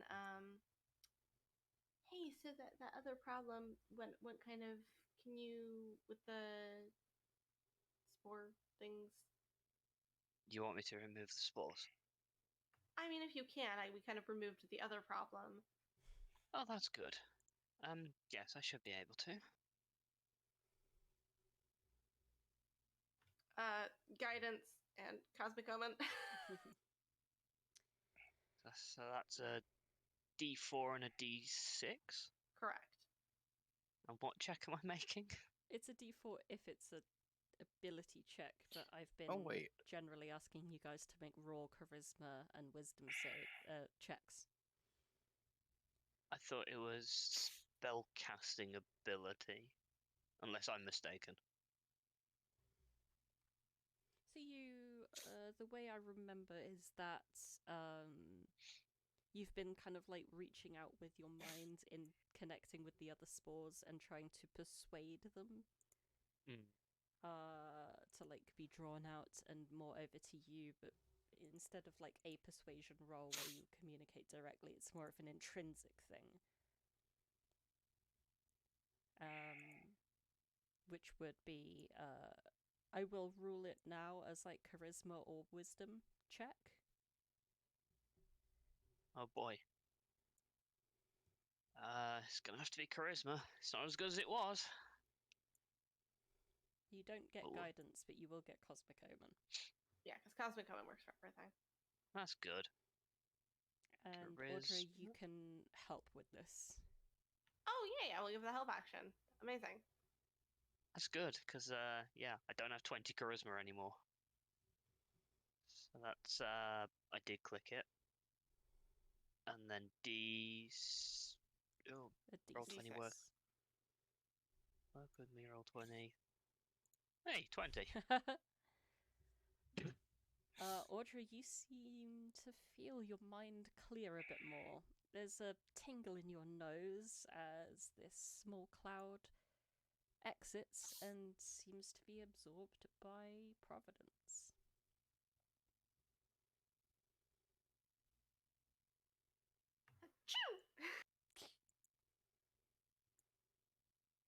There you go. Did we do it? I believe so. It would appear as if you are now sporeless. Are you okay? This isn't like... Like what? I don't know, sometimes you get all weird and you like don't care about yourself, so I just want to make sure that this wasn't doing anything bad to you. I'll be honest, I don't know what it's actually doing to me. But Oh. I don't care. Not in a reckless way, but in a... I want to do this. You know what? Once the battle's over, we'll fix it. We'll just fix it. I think we're going to have a lot more on our hands once the battle is over. So Yeah, we're gonna be really busy, but you know what? This is important, and we should make time for it. well, right now,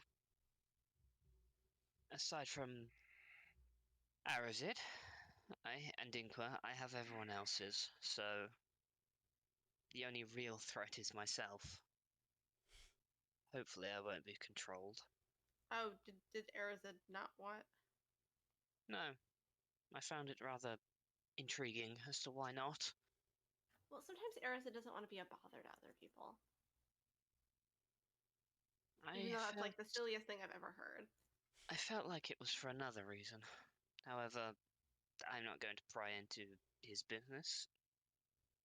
And he's had plenty of opportunity to come to me to have this solved, so... Oh well. Huh. Okay.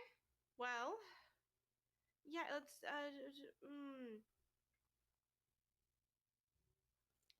Based on what I know about this, would I be able to intuit that it would be a wisdom check to not get controlled by this stuff, or would it maybe just be like an auto fail? Like, do I understand the mechanism by which these work? You could try a nature check to find that out. I'll give you the nature check. help action. Thanks. Because I have the aura of nullification, so I would theoretically know what counters it. Or know of. Okay, 17. It is something that requires a strong constitution to overcome. Okay, well, I mean, personally, I'm not worried about it for myself that much. But I don't have to anymore. But it's not something I can really. I thought maybe if it was like, you know, you just have to fortify your mind, but it's not really. It seems to be more physical, and I can't really help with that. I think I might have...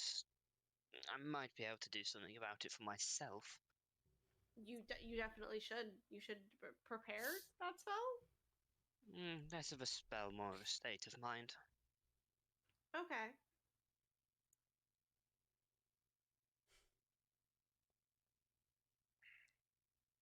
I mean, where's Solas been all day? Spell save. Room, probably. Most likely attuned into the necklace. Oh. I mean, that doesn't take all day, though. You just kind of start wandering back towards the... But I've known, from the limited time I've known him, I know him to be an individual of Solas. So... Yeah, sometimes I worry about him. He just like to sit by himself sometimes, and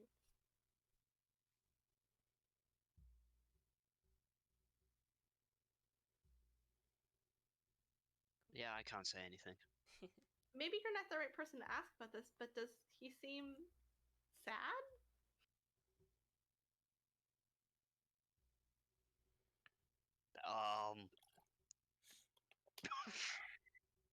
I honestly couldn't tell you.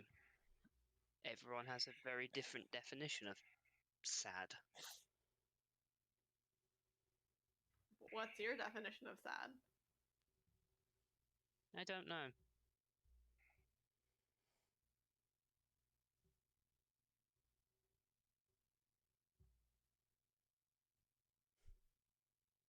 I'm gonna hug Providence in real life. One plane trip later. I was going to say a bit more than a plane trip. Train and plane. Yeah, with how the trains are around here. No. About 7 train trips. Alright. I say that we leave it there. Have a long rest. Have a 15-minute break. And then it's the day before in the morning, or it's the day of? It will be the day before. Okay.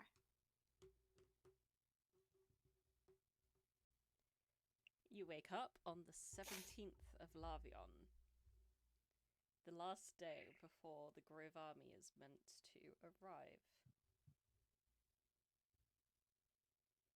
What do you do with your day? I think for Luca, it's just like yet another training montage. And for Audra is going to seek out anybody who seems to be having a hard time, and we're going to do a mental health counseling montage. Chance is gonna have like one final book club with all the mage nerds and all the wizard nerds. Okay. In the morning, you know, go over the plan of each of them being in a group to cast supporting magic, as well as, you know, whatever they can do type thing. Give everybody a bit of a pep talk of, hey, you know, we're facing an army. But don't worry about it, you know, just focus on, you know, do your role, you know, we'll deal with the big shots. Just make sure the city doesn't, like, end up in flames. Thanks for doing this. Thanks for coming to my TED Talk. A hand is raised in the audience. Yes. Are you going to put us at the front lines?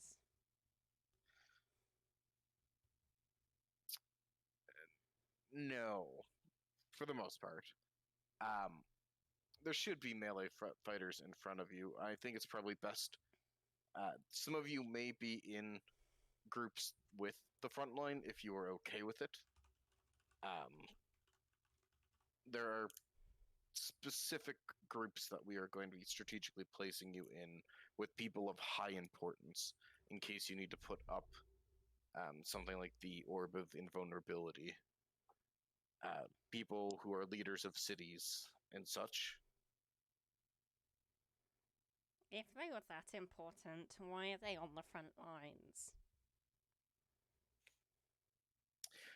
Because in the 1,000 years that you've been in the weird time flux prison thing, we actually have leaders now, not people. Like, I've read about the war that happened and everything, and it sounds like there was a bunch of cowards sitting behind and just throwing people at each other until they could claim victory in a war of attrition and numbers with, like, countless casualties and horrors of war and all that. We've kind of returned to the thing of the king leads their army into battle, and if they fall, that's a very bad thing.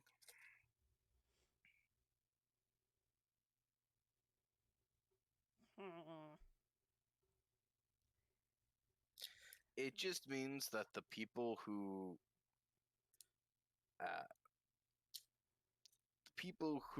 are in charge aren't just, well, some of them are going to be on the front lines. Some of them are still going to hold back because they're not warriors, but it's only going to be people who want to fight who are going to be out there. There's no more questions from the mysterious, unidentified person in the crowd. With So that, mysterious. book club wraps up. Chance is then gonna go help the sword fighters train a bit more. He'll do some, like, drills of, like, how to fight against spellcasters.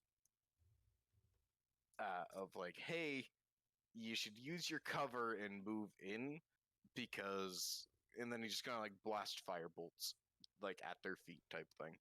Nice. So, Of, like, hey, this is, like, the most rudimentary spell that you know, a cantrip that I can cast forever. This isn't counting big magic spells.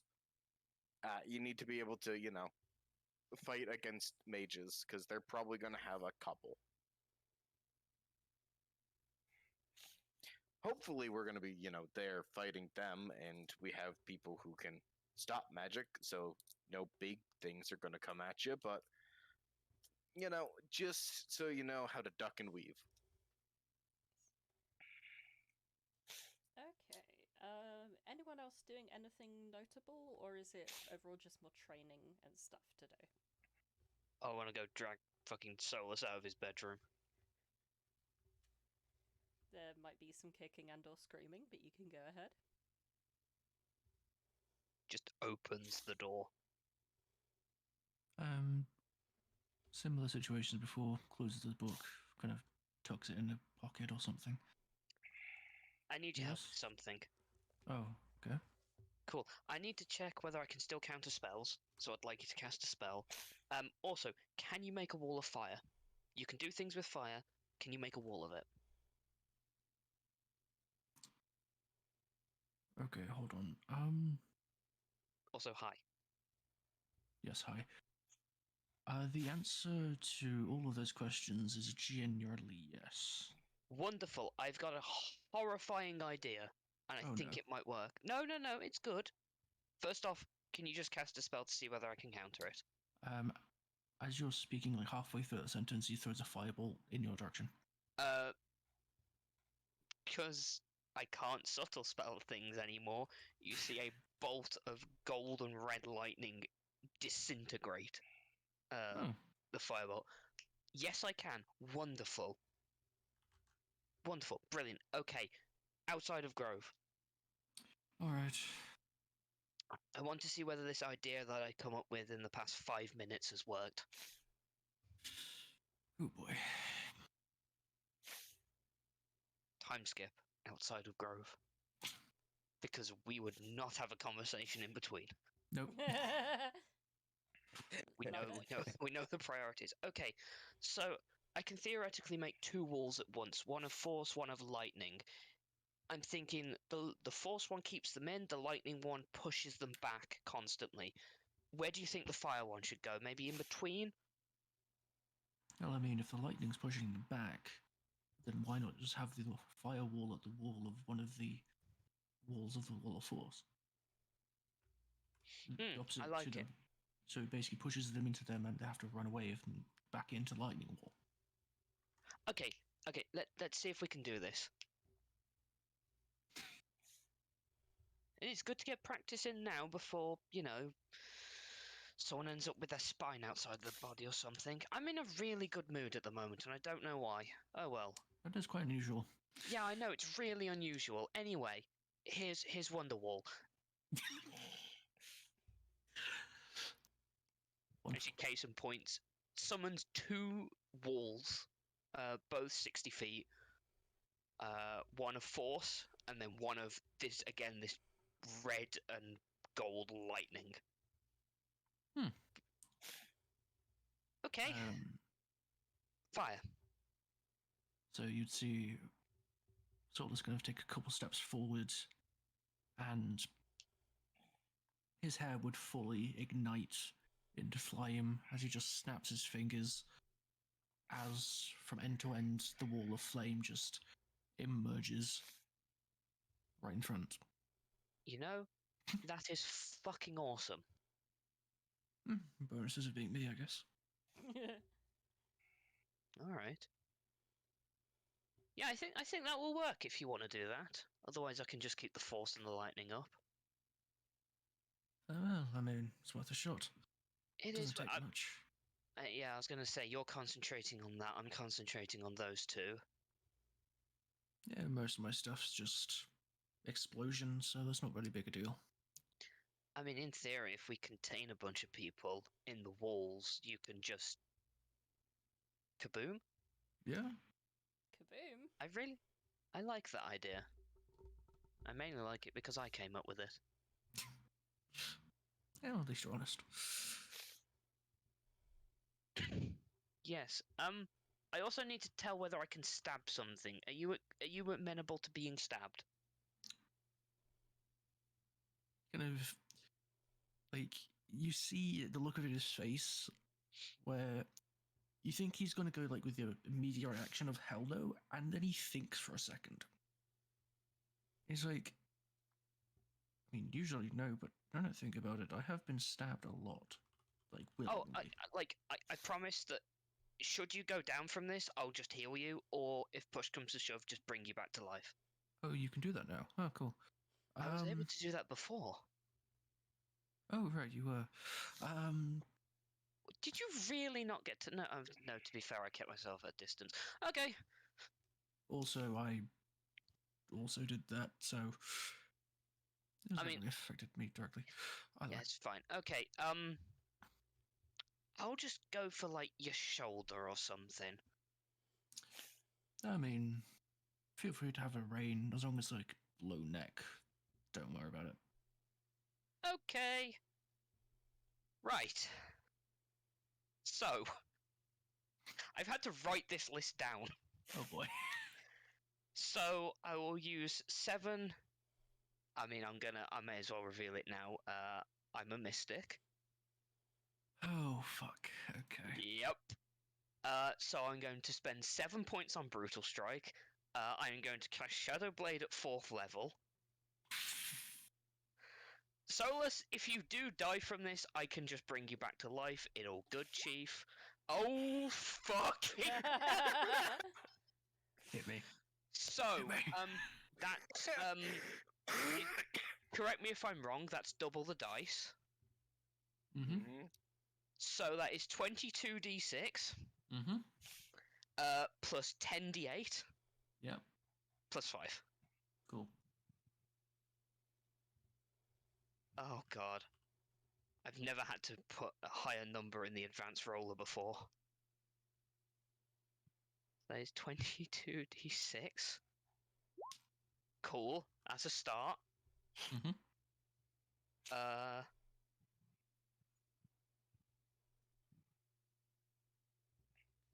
And then plus... plus 5. So that's 119?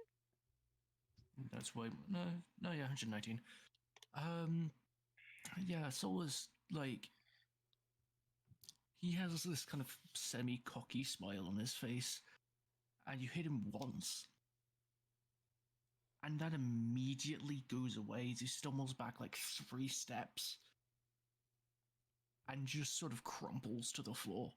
Oh god. He's still conscious, mind you. But like... hang on. This is me actually scrolling through a goddamn document that Ren can attest to that I've made. It's a hell of a thing. It is a hell of a thing. She just reaches down and you see like this gold lightning just arc between both of her hands and she almost defibs you.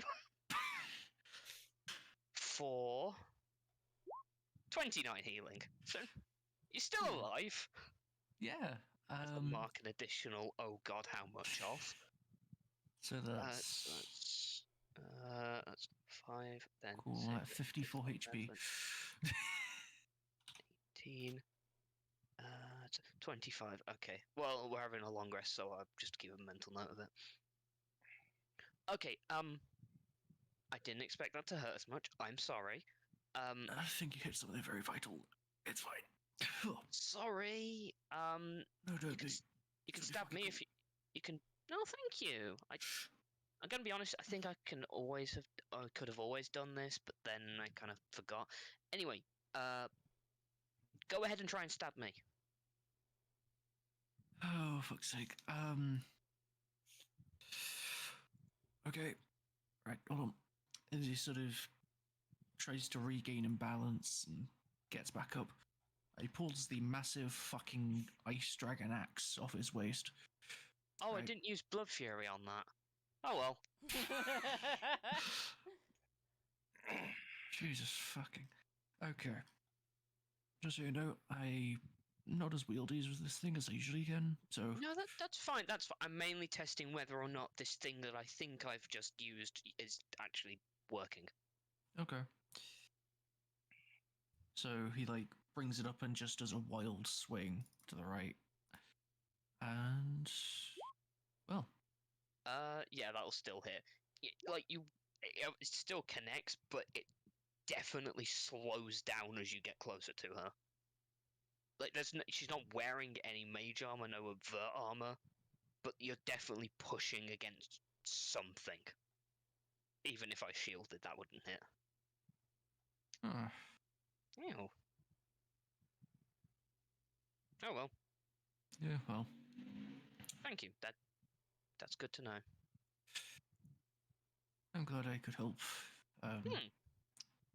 You know, with the mutual stabbing. Yeah. I think I just got lucky. Maybe. I'm just gonna hope there was nothing in there.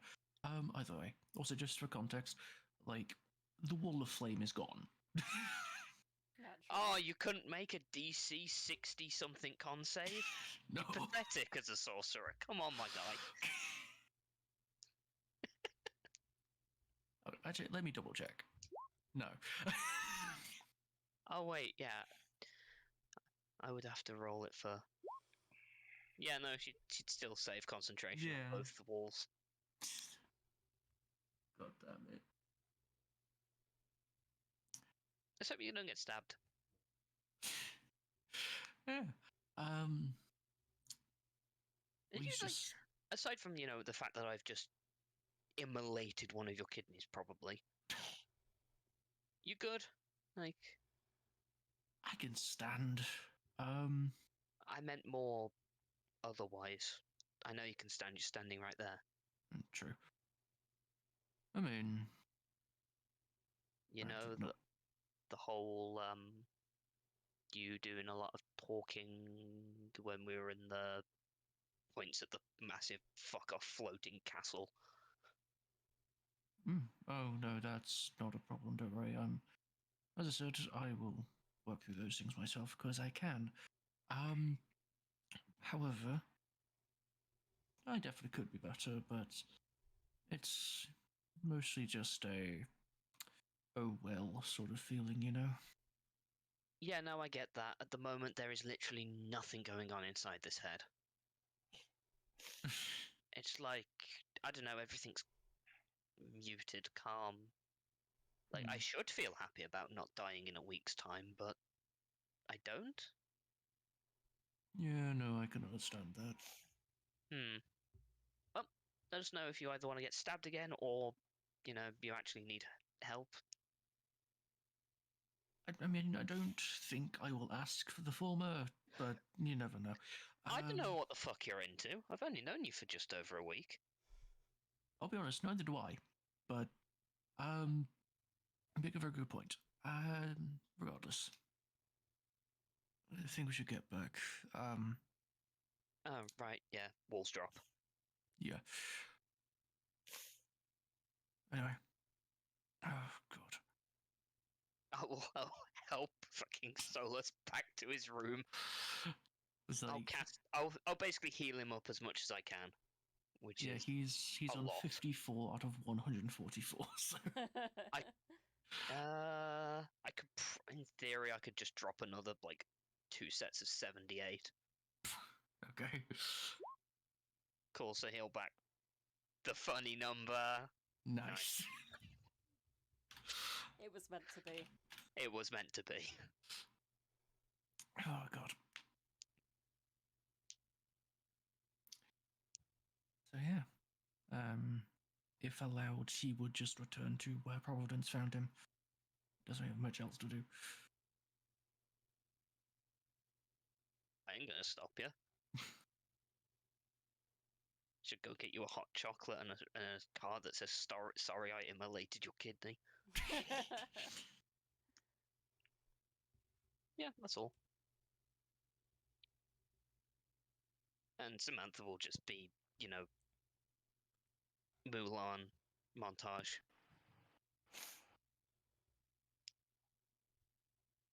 But, less dodging. Why dodge? Dodging is for cowards. Face your problems head on. Some of us don't like to look like pincushions at the end of the day, okay? Turns around. Arrow in several places.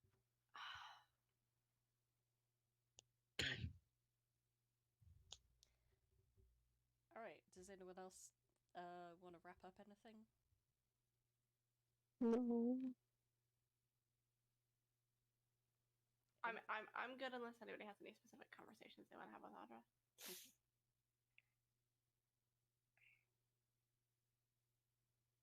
In that case, we'll fast forward to the evening before the army gets here.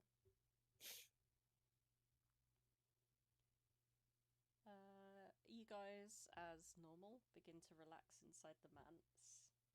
Well, I would like to be out scouting, honestly, if it's the Okay. evening before. I want to be like I want to be like, if when I see them, I'm running back, or like when I feel like if I see trap, feel present, anything, that I'm running back.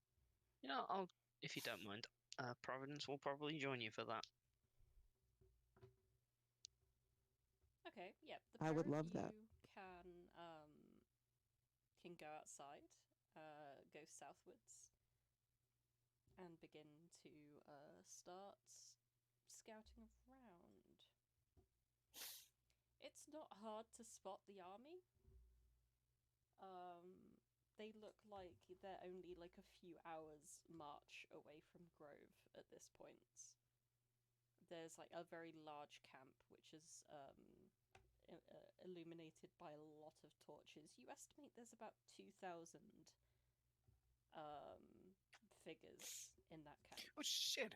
We're only like 2 to 1? Sick! 4 to 1. I mean, we almost have 600. Are we able Ow. to spot, you know, Solas's mum, AO, I'm no fun at parties, also known as Cull, anyone else who doesn't look like they'd be particularly fun at parties? In order to do that, you'd need to get a bit closer, and that would run significant risk of getting discovered. You're more than welcome to. Just bear that in mind. I mean, my stealth is looking pretty good. I mean, I'll just look at Arazid. We could get closer. Okay. Yeah. I'm naturally stealthy in this environment, but yeah. I can just turn invisible, Okay. which probably won't help against some people. I have a contingency plan to get us out. Okay. Yeah, fuck it.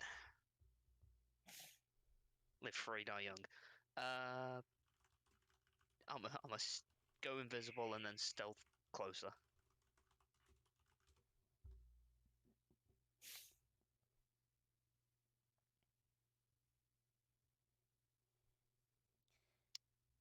Alright. Yeah, you go invisible. Or Arazid, do you want to roll a stealth check? Yes, it does say that I am like it does say as part of my natural explorer thing that I am like I don't know what it says exactly. Hold up. It says fuck. It says fuck. It doesn't say fuck. I said fuck. It says. Oh, okay, that's why it wouldn't open the character sheet. The character sheet's already open. I just need to double click on it. It says. Scrolling. Um. You can move stealthily at a normal pace. Which means you can keep up with someone who is invisible. Okay, I If you are traveling alone, you can move stealthily at a normal pace. Could I possibly give advantage by going in front of Arazid? Because I'm technically invisible. Would that block it, or would that just see through me? You're invisible. They'd see through you. Oh, sweet. I'd still do it anyway. Okay. You don't know. That's insight. Fuck, sorry. Don't count it. I'm sorry. Actually, it's both plus 12, but whatever. Fuck. So I believe that Providence is attempting to give you the help action on your stealth roll. I really Okay. am. I'm gonna roll again. You better not roll another nat one. you snap a twig, as you both begin to sneak closer towards the camp, but you hear Providence's voice from somewhere in front of you, just telling you to shush and telling you when to raise your foot more. Oh, within a head. I can do telepathy. Right. His awesome. head, sorry.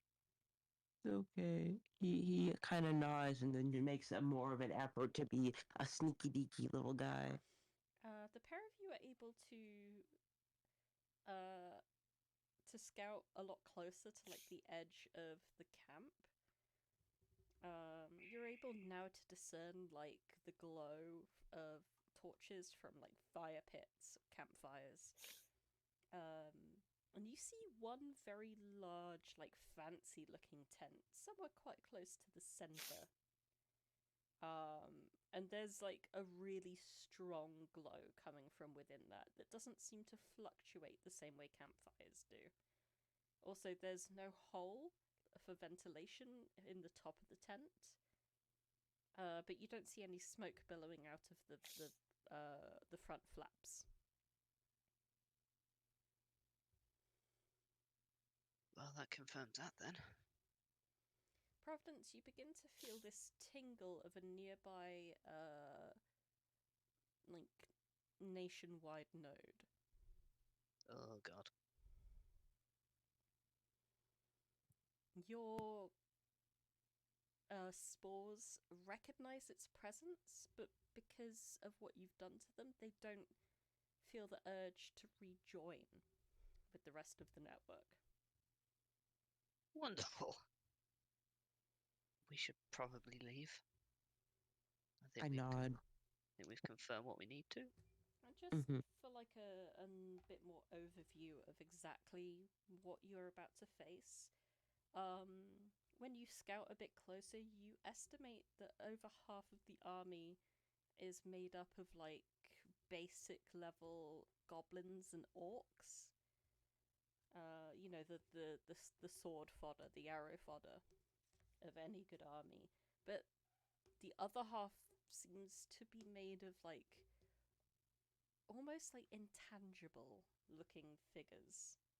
They are also orcs, but there's a ghostly aura about them that makes them seem a fair bit more formidable to you. Can I do some sort of check on that? Because orcs, goblins, and undead are three of my favorite enemies. Nice. Yeah, with that you could do I'd say a nature or possibly a survival check. Could I'm gonna do I survival. join in on that, but do it from a magic perspective? Yeah, you can try and gauge why these guys are glowing and stuff. That would be nice. Pop the arcana down. Ah, just a 4.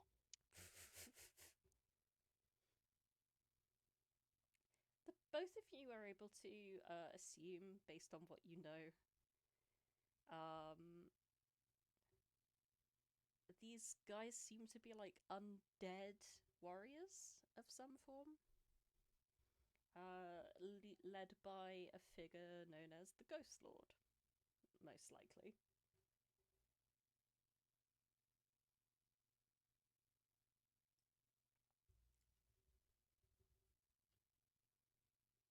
I think we need to get back, report this, and then have a rest. Admittedly, I stabbed Solas in the kidney, so I need my energy. Training, he's fine-ish.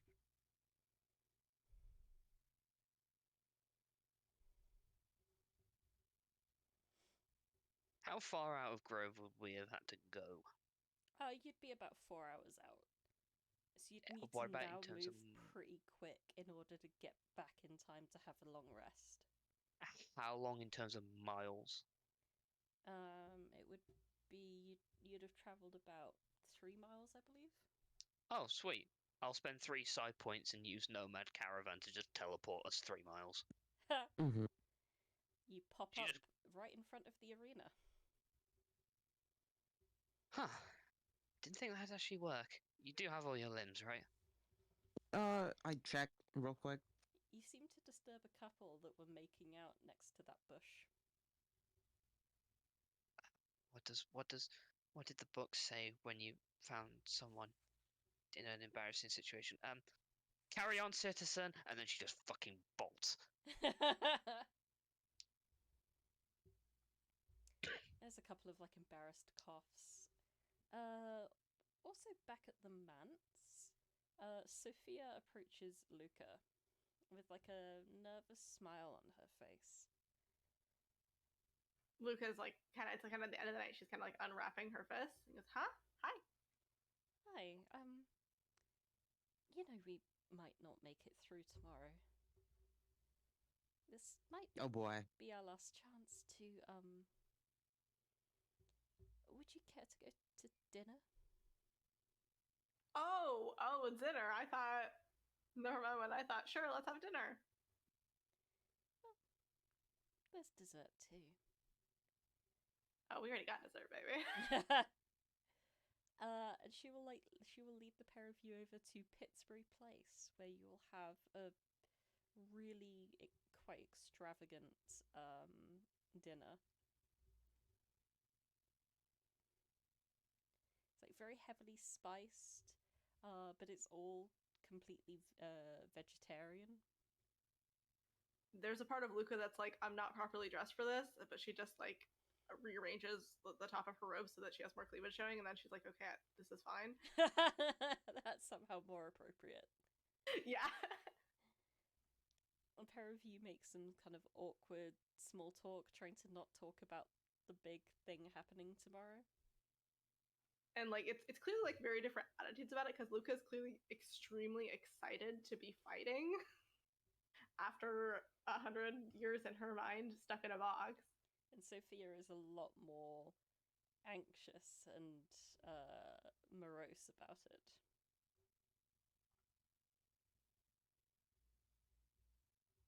I mean, basically in Luca's head, Luca's like, I should have died 100 years ago, so this is fun for me, but it's not going to say that because she knows it's going to make Sophia so uncomfortable.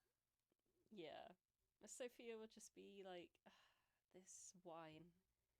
I had it the first time I came here, after my master helped me pass through the 7th circle of druidism.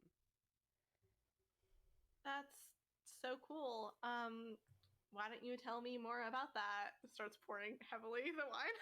Yeah. You fill the glass up with like a centimeter at the top. Such precision, such grace. I mean, it was meant to be about 2 inches, technically. But Sophia just kind of like looks at your glass and like looks at her own that is properly portioned out, and then she fills her own up to match yours, and begins telling you more about the druidic arts as the pair of you talk long into the night. And then... Yeah, there are a couple of periods where Luca starts going off about like pressure points in people's bodies, and like sometimes it's flirtatious, and sometimes it's like, if you hit somebody here, their heart could stop. Sophia seems very interested to know this. She a little freak for real, sorry. She is.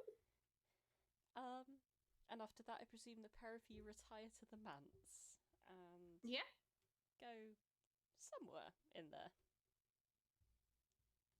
Just gonna hang out in Sophia's room. Sophia doesn't actually have a room in the mansion, but the pair of you could return to her own house if you prefer. She's been kind of staying at the manse because it's where people can find her easier. It's more central. Sure. Just 2 gals being pals somewhere where they won't be disturbed. Yeah. The pair of you return back to her own home. And when you open it, you see like these kind of like slightly wilted rose petals littering the floor. But there's a cat that is just like playing around with all of them. You a cat person, Sophia? Not really, but this cat was the herald of the wars to come, and it comes and it goes. It looks after itself, keeps the mice away. This cat told you about the war? Yes, my master asked it to. She has a way with animals. just to be like sure, you're using master in the sense of like master student and not like I have to go rip somebody's heart out, right? Oh, yes, master student. She is the archdruid, she is the Asturias. Oh, She taught sorry. me... You mean the welcome wagon girl? I suppose you could say that, yes. She taught me many spells, like this one, for example, and Sophia kind of like covers one hand with another, and then when she parts her hands, there is a fresh and vibrant dahlia flower nestled in them, perfectly matching Luca's clothing colour.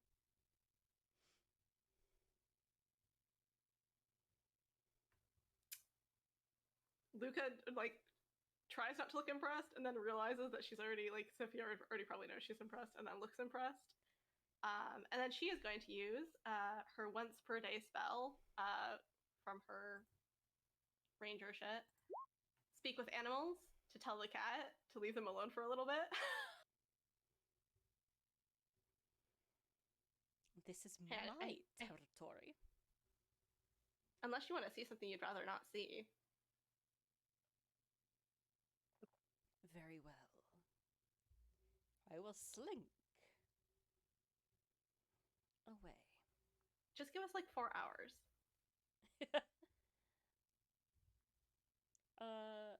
Rocket does leave, but you hear something climbing up the wall and pitter-pattering on the roof. And then there's like a very loud, like by the time Speak with Animals is worn off, this would be, there's a very loud, like almost obnoxious, like it's chosen to be obnoxious sounding meow coming from the roof. The Herald of the Word is fucking rude.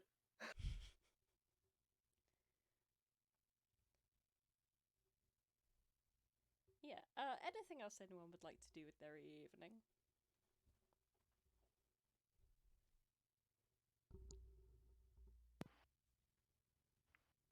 Well, I was gonna use the horn to sound to Sophia to let her know what we found real quick so she could be prepared, but she's occupied. But to be fair, I don't know that she's occupied.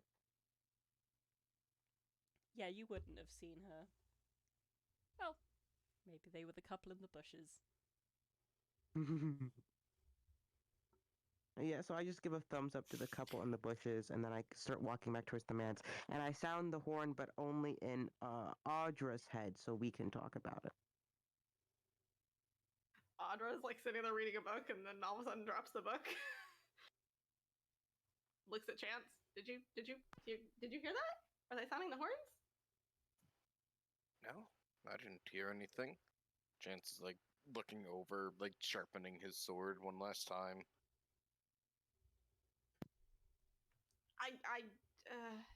Maybe someone was imagining a horn. Did you imagine a horn in your head? No. I am pretty sure I'm at stroke 43 of 50. Yeah. Mm-hmm. 44, 45, 46,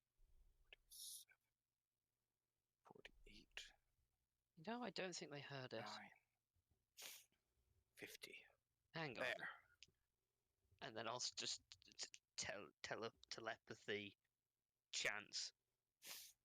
Yo, we're back. Did some scouting. Shit's fucked, yo.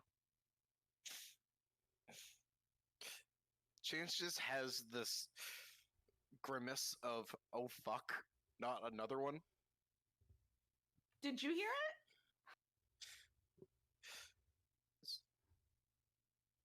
And if Providence is I reap what I returning, sow. Arazid is next to him. To her. Chance just like, kind of like, sheathes his sword, places a hand in his, on his head. I really do reap what I sow. Gets up. I believe that was Providence trying to get a hold of you, maybe? I don't know. I heard her voice in my head. Yeah, Providence can do that now. That's so weird. I thought that Providence would for sure use like words, but it's fine. Okay. Are they? Do we have, Didn't like, say where they are, but Oh, and okay. Chance is just gonna like open the door. They're and look probably out. right there. Comedic effect.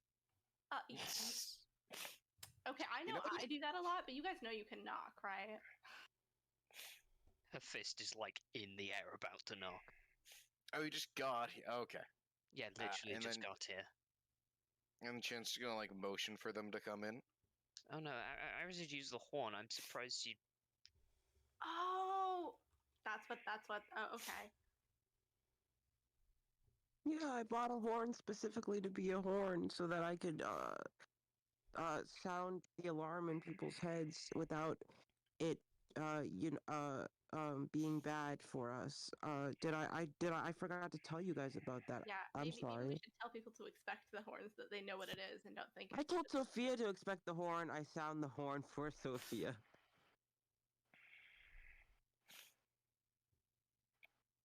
Yes, Sophia ain't here. It's up to 600 feet. It's up to 600 feet. I'm pretty sure the manse is more than 600 feet. Oh. Well, I try anyway, and then I go, oh, okay.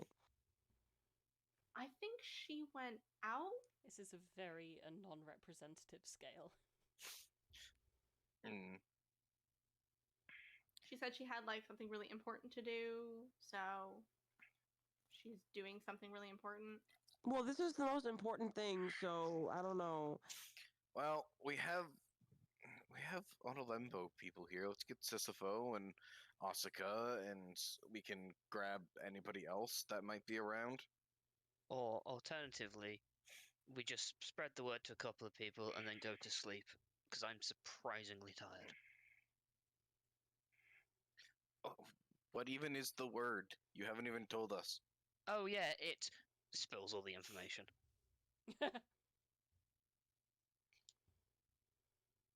You know, they're the what was it, Ghost Hand tribe? That kind of makes sense. Well, I didn't know that. Or did I know that? I'm going to be honest.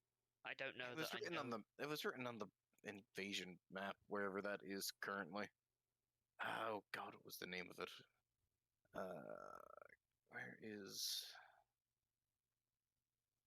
But look, Cott's in map. either case, we need like divine people. Ghost Lord tribe. That's it. Okay, I can't really do, I mean, I have like a lot of my magic has like a radiant effect, which is effective against undead, but I don't have anything that like specifically like repels them or dispels them. Or do we have I wish Tassa was here. Okay, so we need maybe like a priest. I mean, if ghosts and that spirits are affected by, walls of magic, myself and Solas have that covered. Yeah, typically Okay. it's just that non-enchanted steel won't hurt them. So we will just have to have those who can use magic or have enchanted weapons deal with the ghosts, and then Okay. everybody who doesn't can focus on the others. It's kind of like a 50-50 split between, regular sword and board and Okay. Well, I can take maybe 50. fair enough. I think we're gonna be probably a strike force is probably the best idea of us going in and trying to just take out the leadership. Sure. Is there someone controlling or leading the ghosts? I could go for I mean, that person. I'm going to be honest, we saw so much light. I think Solas' mom is there. Probably Cull as well, and then whoever runs the ghost tribe. Okay, I'll take Unless- that person maybe, or maybe. I think maybe we play it case by case. Oh, sure. Yeah, we'll see who's there. I wouldn't. As far as we know, Krul is leading the main force heading towards Duras. I mean, Given Sure. that, I could. but then again, he also just randomly appeared in Kamtawa, or was heading there, whenever we kind of went in, snatched the core. I don't think he was. Yeah, He's that's going what to. we divined, or whatever, that he was on his way there, or figured out. I think he's when in the camp snatched. though, because spores were kind of like, "Yo, there's another connection available, but we good." Oh. I mean, are we certain it was cool? Was it perhaps someone else? Well, it's either Cull or it's someone who is strong enough to be a point of connection. like. I'm So gonna with go some with the other? latter until proven otherwise, mostly because I believe Cool is probably still leading the force in Jurass. Else, what's her face there, the evil bitch from Own, tries to kill his army and turn them undead. I wouldn't be surprised if Abalakray just backstabs Cool if he's not there, and like kills all of his men, creates her own undead army, goes and tries to take over Jurass. Honestly, she's kind of a bitch. You describe most of the leaders as that. I call it as I see it. Fair enough. Right, unless we got anything else, I'm gonna go and faceplant a bed. Yeah. We should probably just go let like Sisypho know, maybe some other people that are up and everything, just so we can get the information around, and I'll go do that. Okay. Come back to bed soon. Yeah. Yep. I need rest as well. We all do. Chance will then go try and find Asuka, Sisypho, anybody else who's in charge. Cool. As you're walking around the town quite late in the evening, at this point, you see a figure beginning to walk up to you. And someone who I don't believe you have met before.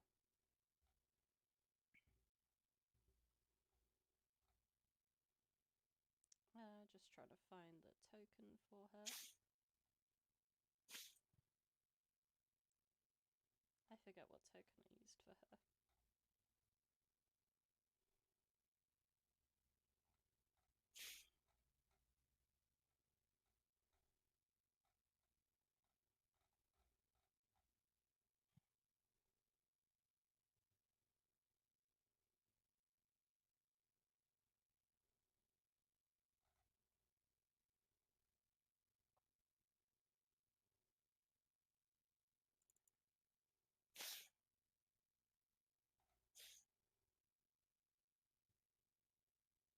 Sorry, you said there was a figure there? Yes, sorry, I'm doing some dumb searching.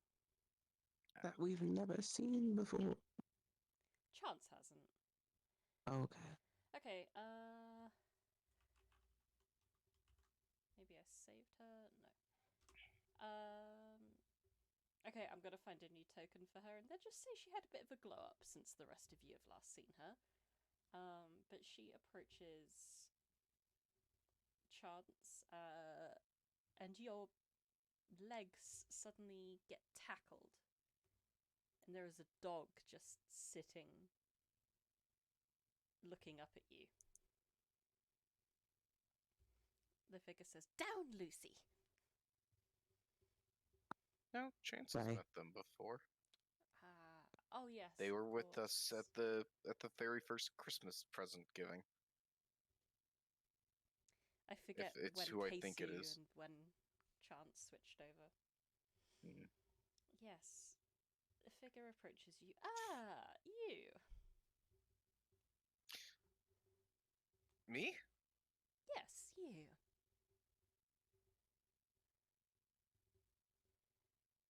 Don't tell me you've forgotten about me already. It is I, Renna, the henna-haired Heridian. Apologies. Chance will gonna like scratch Lucy's head for a moment. Oh no, sorry, I name changed. I go by Chance now, and he'll gonna like get up and extend a hand. Lovely to meet you, Chance. It's been a while. We've heard a lot about something brewing, and we decided to get over here as quickly as we could. Well, you're just in time. Fighting's probably happening tomorrow, unless the army decides to start sieging.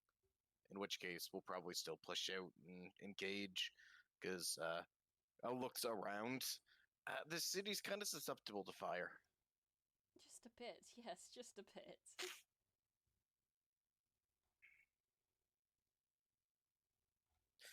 Say, if you're looking for a bed, any of the open ones in the manse is fine, and I'm sure everybody will be glad to see you in the morning, and we can get you into the regiments, and figure out where you'll fit best.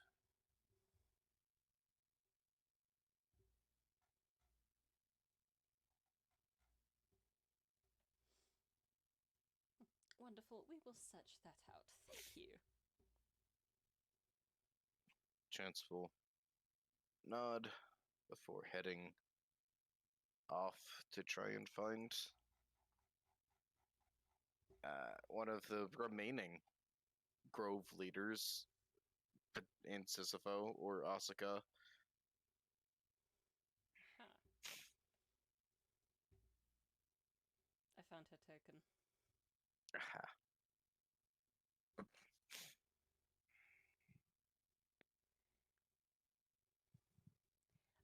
You would find them staying at the Scarlet Dragon for the evening.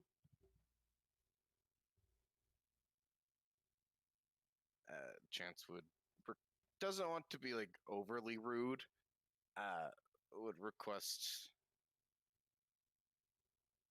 Oh, is it Emma that runs it? Yes. Would request Emma if she could, check and see if they're asleep, and if so, let them know that he's there. They only went up a few minutes ago. I'd be surprised good if to know. they were asleep.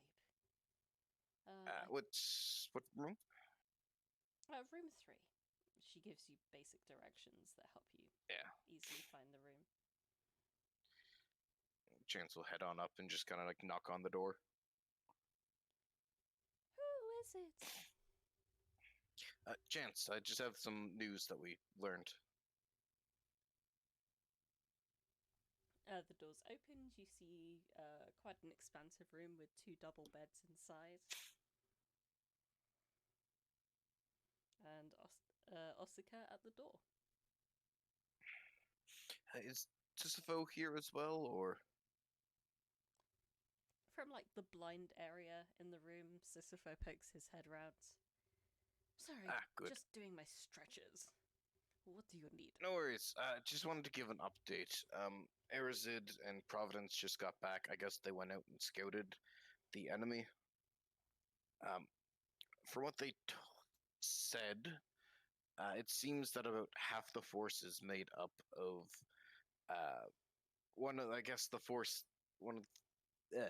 the main force that is attacking is known as the Ghost Lord tribe. They're whoever the Ghost Lord is in charge, and it seems like the name isn't just for show. From what they said, it seems that at least half of the potential foes on the morrow are going to be spectral of some sort, so need magic weapons or spells to harm them. Not sure how many of your warriors have enchanted blades or anything of the such. However, just wanted to give a heads up so we can start passing around the information so we can ensure that we know that when we're setting up formations. Excellent. Thank you. I believe there's some kind of last-minute meeting prepared in the top floor of your mansion in the morning. Oh, good. All right then. I can bring that up again tomorrow then. But just so you two know. And I guess if there's going to be a meeting tomorrow, then I'm going to bed. You two have a great night. Sleep well. Chance will kind of nod and then head back.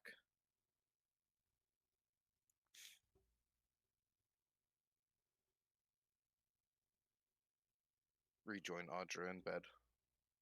Cool. Sleep. Anyone want to do some rolling for magic-y stuff?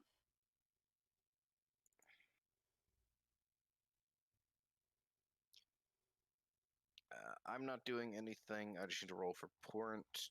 If anybody needs materials, I still have 31. I think I'm good for tonight. I don't think Audra would. I think she just wants to spend all her time cuddling. Okie dokie.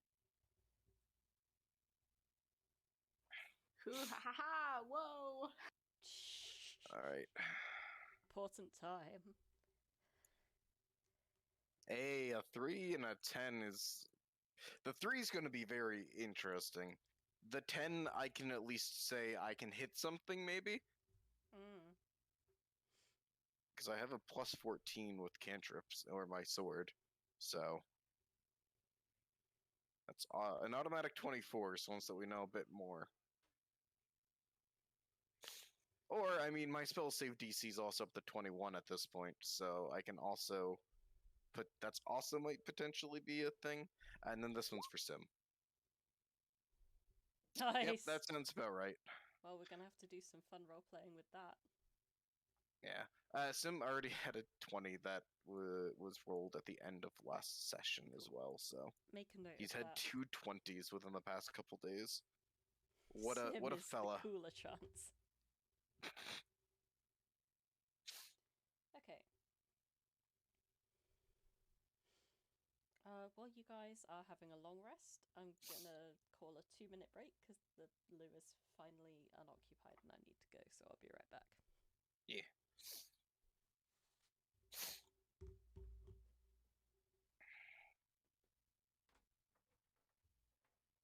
That casual feeling of spending half of your class's resources before a fight. Hey, we were 99.99% sure we were getting another long rest, so... Oh yeah. Basically, during the main break, I started planning what I'm actually going to prep for the actual fight because of how much shit mystics get. That's fair. I went and looked at the wiki dot for 5 seconds and went, that's a class and a half. Yeah, I have made a spreadsheet. That doesn't surprise me if there's like algorithms involved of There wasn't, but you've flow inspired charts. me. There will now be. Just flow charts and like algorithms of like this is how this ability works and works with this. Like if using this ability, then potentially use Honestly, these and their costs, and just have like this big flow chart. now that I've kind of got it in my mind, it's fine. Yeah. But if I prep everything that I want to, i.e. 4 counter spells, the Shadow Blade, which is... I'm so glad I got that as non-concentration now. Brutal Strike, and Inertia Armor, that's 35 out of 64. Yeah, I looked at the resource and just seen that it was like... It went into like some dumb things of like, yeah, 64 points. It's like, what? Yeah, it gets to dumb levels very quickly, including the fact you've got a special set of points that allows you to double, like, concentrate on multiple things. So I could theoretically concentrate on True Sight, like, see through bloody objects and Tremor Sense all at once. Oh dear god. Which I'm not going to, which is how she was able to cast 2 wall spells, basically, in one go. Because otherwise there'd be concentration. How fun. How fun. So, I'm treating them as a melee. in the morning, Arazid, you wake up to a dog on your face. Well, on your chest. Its face is leaning in really close to your face.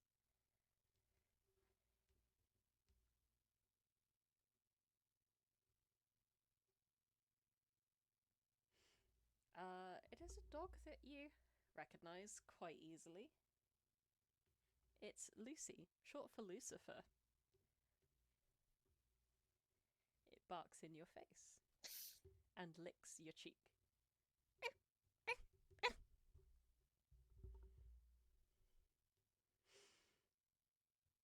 If you're talking, you're muted. I assume. Your audio's not working anyway.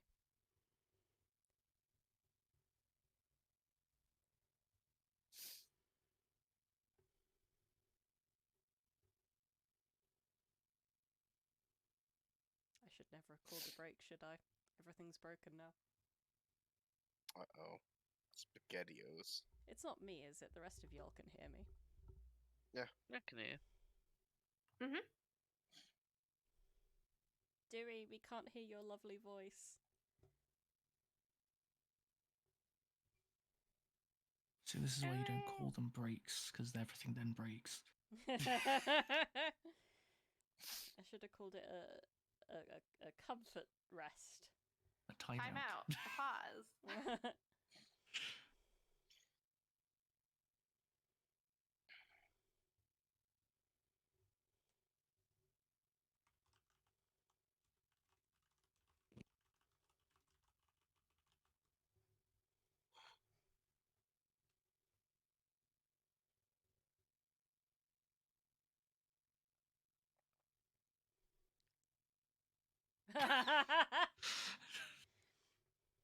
I'm back. Sorry, I was peeing. I guess we found out who the quicker peer was. Sorry. I shouldn't have called it a break. Awesome. In the morning of the day of 17th Invasion Day, Lavion 18th, you, Arazid, wake up with a dog on your chest. It's staring down at you. Just a little drool, just like hanging off one of its jowls. It leans down and licks your cheek and goes, "Arf, arf." Audra? Audra, this is a new one. It's not Audra.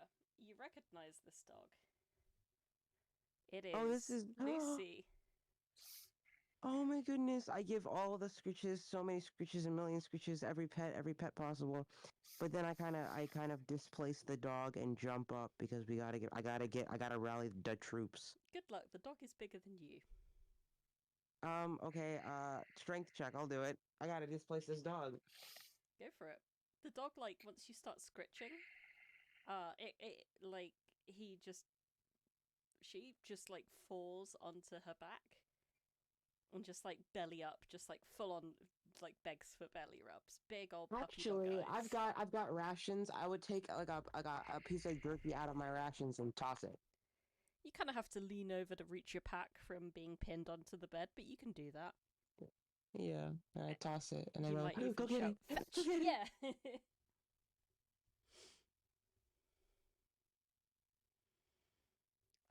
Lucy jumps down, runs over to the piece of ration, goes,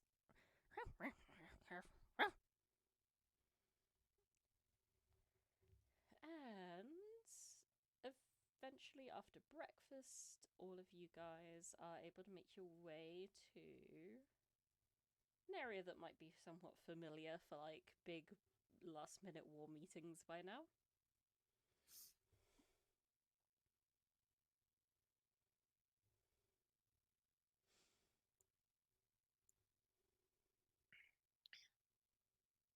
Hey, look, the gang's all here. The gang's all here.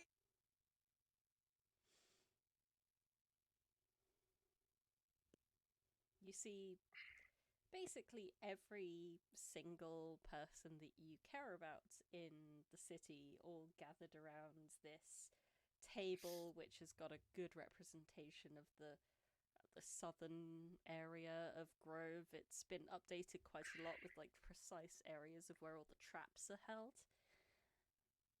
Notes about where the fence has been reinforced or altered to allow archers or spellcasters to stand behind the walls of the city and protect it from there.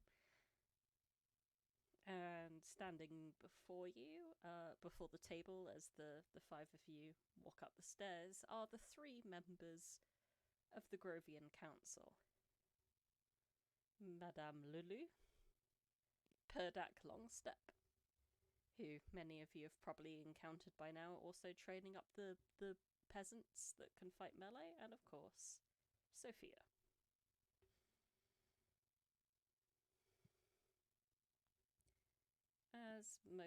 As is customary by now, Sophia will speak for the three of them. Good morning, all of you. You have some tactics, I hope?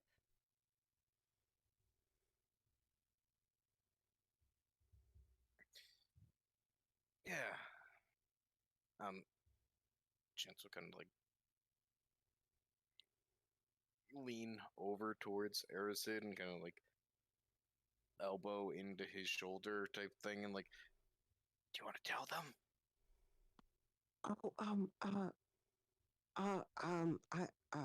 You're more charismatic, but Public speaking. Arazid's big bad evil guy. Okay, so as our goal, 2000, maybe more. I'm not good with numbers, but 2000 was a number that someone said. I think Providence said to me. There's like goblins and like orcs and like ghosts and we I'm I I'm I'm gonna stand next to Arazid and put my arm around him to give him the help action. we're gonna kill all of them, and then once we kill all of them, we will be the captains now. Chance will give a thumbs up and like a pat on the shoulder. A bit of a translation.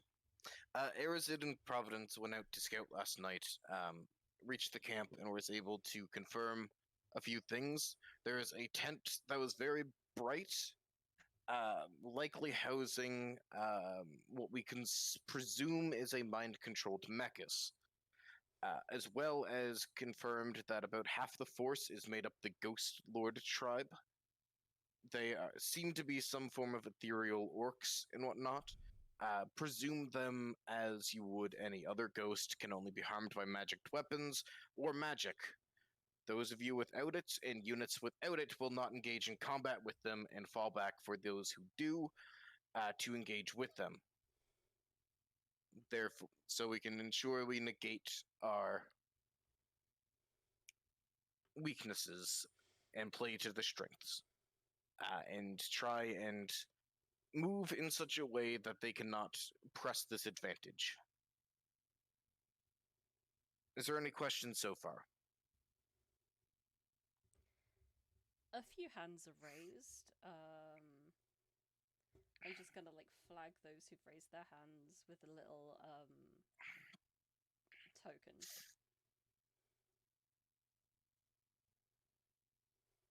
Given that we have all of like the leadership in this room, can I use the spore checking ability to see whether or not any of the leadership is compromised? Ooh. Yeah, you can go ahead with that. I think it's just a thing that gets done once per short rest. That is true. Let's have a look. Detect node. Action, yeah, within 1,000 feet. Location, but not identity.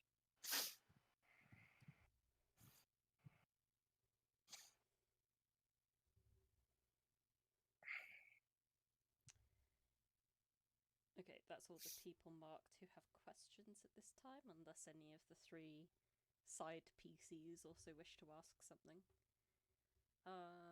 Node-wise, except for like the vague fungal feelings that you've been having from the Drea Critor in the bottom left-hand corner, you don't sense at first any spore feelings. You do feel something also coming from Old Bort. But it's not a node. he just seemed to have been having some, like, hallucinogenic mushrooms lately.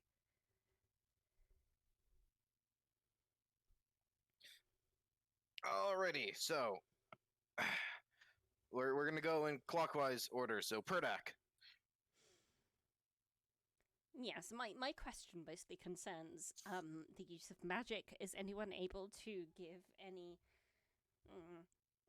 last-minute enchantments to any of the massive amount of our army that does not have magic weapons?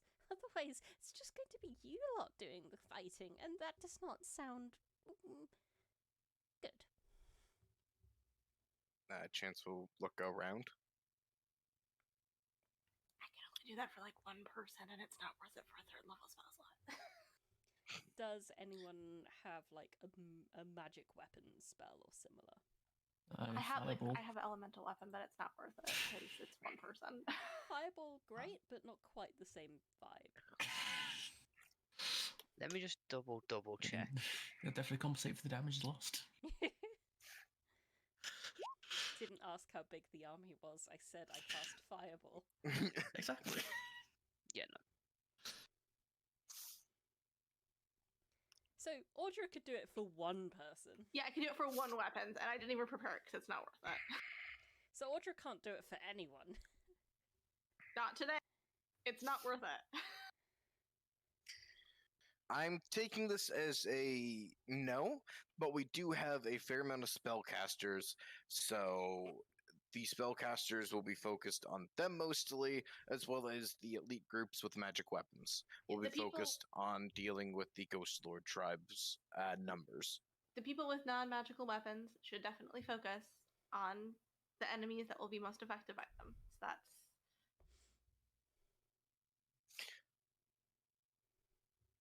Is A few that of was the that others. also Arazid's mother's question? And Or Ophibarus's question, it would seem. so spin around, Dracator. Selria, like, kind of bristles up a little bit. Dost thou intend it for us to all remain together, or would it be better for us to splitteth up? One magical weapon in a battalion doth be better than 7 in one. Yeah, but you also have flying mounts, so I think you're going to be better served as a flying unit moving to aid those that are in trouble. Ah, a If there strike are- force. Yes, if there are those who are being attacked by Ghost Lord tribes who are getting overwhelmed, then come down, strike down the foe, take back to the sky. Hit and run tactics. When you don't have anybody that you need to help, proceed to skirmish on those on the edge so you can maintain good vision and whatnot. And how dost thou intend to communicate with us if we don't choose the most optimal route? I can help direct. Providence can help direct within a certain distance. Oh, distance doesn't matter. It's just a limit on Oh. people. Okay, I have a distance issue, and then we also have a horn that can. I blow my horn. Who hears it? I blow my horn into my mom's head.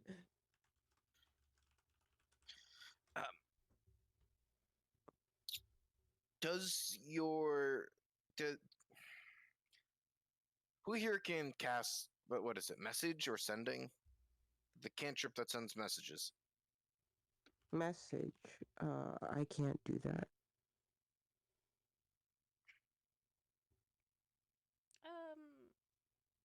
The druids raise their hands. A couple of the Scoths raise theirs. I believe we have enough people who can magically send messages that we are able to communicate. The druids also includes one of the Dreacritor. We'll be using message then. It seems to be the best. As well as you can send a short reply if I remember the spell correctly. Mm-hmm. So that is going to be our best line of communication, given we do not have magic items to be able to do that. Thankest thou. Esme. I may know lots of spells, but I am an old and frail woman. I cannot move very well, let alone wear armor. I do, however, wield lots of magic. You are not intending on putting me in the front line, I hope. Absolutely not. Absolutely not. Okay, frontliners are mostly going to be those of us that are the strongest, so those gathered around this table here for the most part. Some of us are better suited to hanging back. Luca immediately raises her hand. I want to be on the front lines. Nobody is going to be forced into the front if they don't want to. Those like yourself who can cast magics and whatnot, perhaps you can take a place on the wall, as well as that will then be able to have you set up a small first aid section just within the confines of the wall, so we can have the doors slightly ajar, enough to squeeze, maybe two people abreast through one way, so we can get people in and get them into medical supervision as fast as we can to give best chance of survival. If anyone has issues, I believe a lot of us have spells that you can use to, like Firebolt, that can use as flares for those who need urgent assistance. If you are also able to make the enemy come closer to the wall, we will be of more help. We'll try if that's what we should be doing. I believe, given the amount of the Ghost Lord tribe, perhaps we should fight in more of a wedge with the wall. Let our traps do their work. Have those who are capable fighters against the Ghost Lords in the front. I believe our group will likely be will be a strike force searching for the head of the enemy. We can likely get around and go after their leadership to try and break them from behind. Will you all defend the gates? Just the five of us will move like that. Esme nods, satisfied. Asuka. We may not have silvered weapons, but we do have... We may not have magic weapons, but we do have silvered weapons. Will that suffice?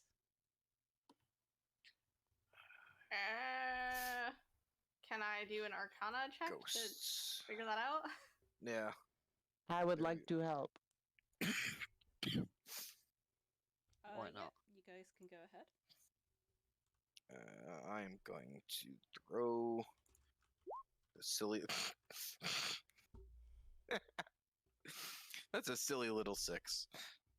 Chance is more focused on strategy. I think his mind's in like 6,000 places, as well as seeing like the possible futures for everybody in this room is a bit overwhelming.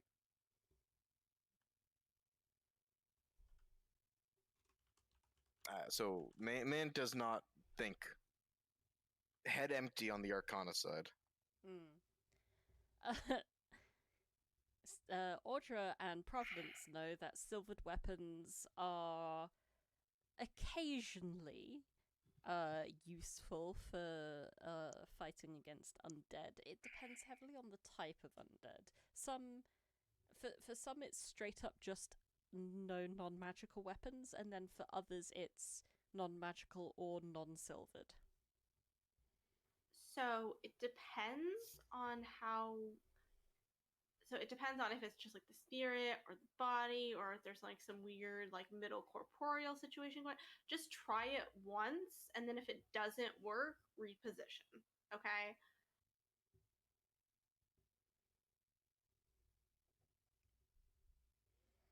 Asuka nods. Thank you.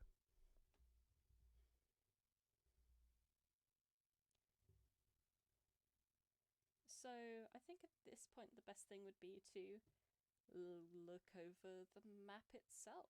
And Yeah, let's go to map.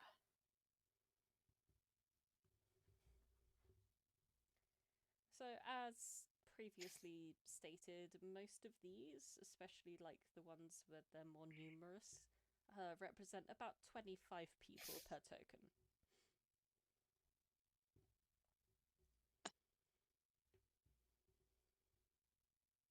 Oh, that's annoying. I've tried to measure out 60 feet, and it's because it does it in 25s.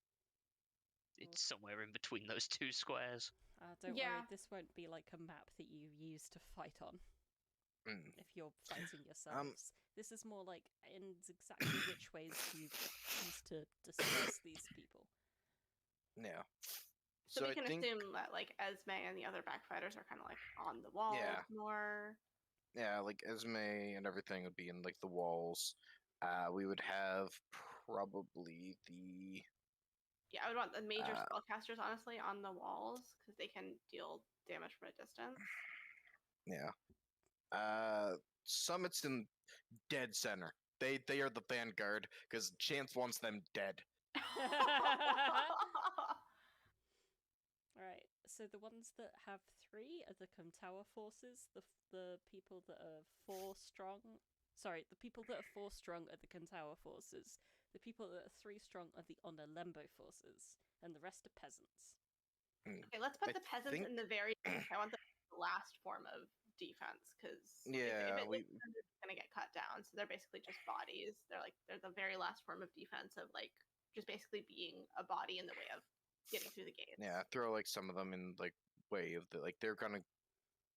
Let me do like like honestly, I would like them to be even inside the gates a little bit so that they can't be taken out by arrows. Basically, I want them stacked like 2 wide through the gates, going into the city is what I would do, because they're basically just there to stop them from actually taking the city. More like this? Yeah, I mean, I would put them like inside the gates even for the most part, so that they can't be taken out by like arrows and shit. Yeah, maybe put like the furthest ones out inside so we have some like reinforcements to come out. So we need some people like on the outside so they don't just like rush the walls. As well, they can then respond if anybody gets in. Okay. I think next is probably the Onalembo warriors should be like behind there, and then the Kamtawa people can be like two to the side, 2 to that side. That looks good to me. It's like a defensive wall. We're more trying to defend, not trying to rush out and fight them. Yeah. Yeah, we have the home plate advantage. We want to make sure we're taking advantage of that. Yeah, and then the Drea Couture are above, and if any of these lines are looking bad, they're going to be in a general area of flying over the battlefield. They can drop down, help out, get back up in the air. They're going to basically be going around as a strike force of, hey, this is looking kind of bad. We're going to come down and whack these orcs over the head with our dragon mounts. I think their job is mainly just to make sure that the lines don't break and just supporting wherever they need to be to do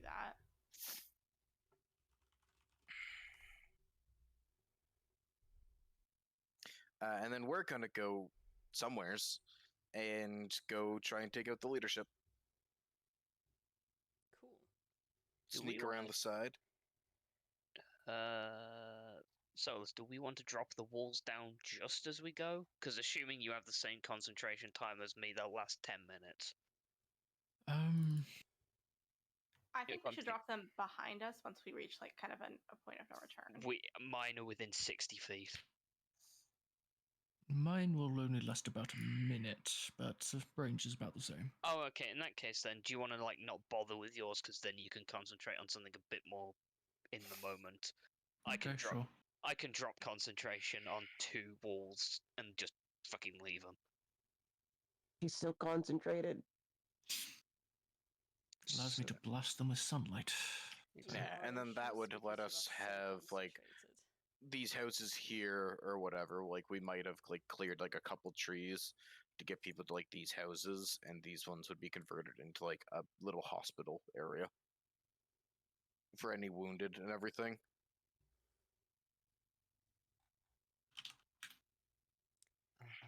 Some of the less combat ready like peasants can help with that.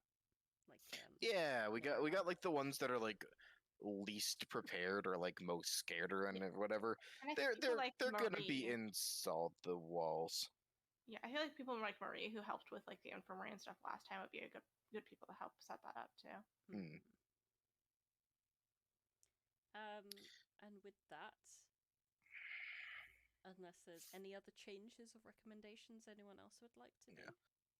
And as I said, the gate should only be open like enough for like 2 to 3 people. Like if somebody's carrying a stretch, like if 2 people are carrying like stretchers or whatever, like somebody's helping somebody through like 3 shoulder lengths across. Probably. So if we need to fall back and close the door, we can get people in like pretty rapidly. But it's not like wide open, so it'll take time to slowly shut. Yeah. I'm imagining that we have like those outer gates, and then there's like a smaller like man gate for guards to get in and out. So like a one-person, gate. Gosh, That was also my idea, like my envisioning. And that could also be it too. Do you guys leave the manse and begin to really deploy and wait for the enemy to approach? I think we probably go to a point like on the walls or by the gate, and we wait for the enemy to get within a certain distance, and then we're gonna try to head over there ourselves. Yeah, because then I can deploy the walls and then run off. Where do you think we want them? I've got a 40-foot one that is basically just a barrier, and then a 60-foot long one that is, you come close to this, you take damage and get fucking yeeted backwards. I mean, I say let's put the fuck you, take damage, get yeeted backwards one like right in front of our troops. Especially if it's, I don't know if you have any way to make it like, I don't know what it looks like, but maybe it's subtle and they'll just run right into it. Oh, it's a wall of thunder. This thing is fucking not subtle at all. I'm going to use Providence's old sword to just like represent the party as a whole, since you'd all fit within one of these squares. Yo. Okay. And you guys are standing on the wall. A lot of these people are getting into position, and then you can see movement through the trees. Oh, I hate it. As the army finally begins to approach. Okay. And the people, these guys in the center, these are the ghostly figures, or these are the normal troops? Goblins. Yeah, those seem to be the normal troops. These ones that have like a more ethereal look, I presume, are ghostly. If you zoom in super close, it's super easy to tell. Okay. Yeah, they're more bluish on the token. I would like to start. I mean, I would like to start walking out. I'm ready to go with like my first move and whatever. I don't know if we want to do that this time or next time. I think it would be a lot better to deal with all of the combat situation for everything else next time on the Hateful Sun. Okay. There we go.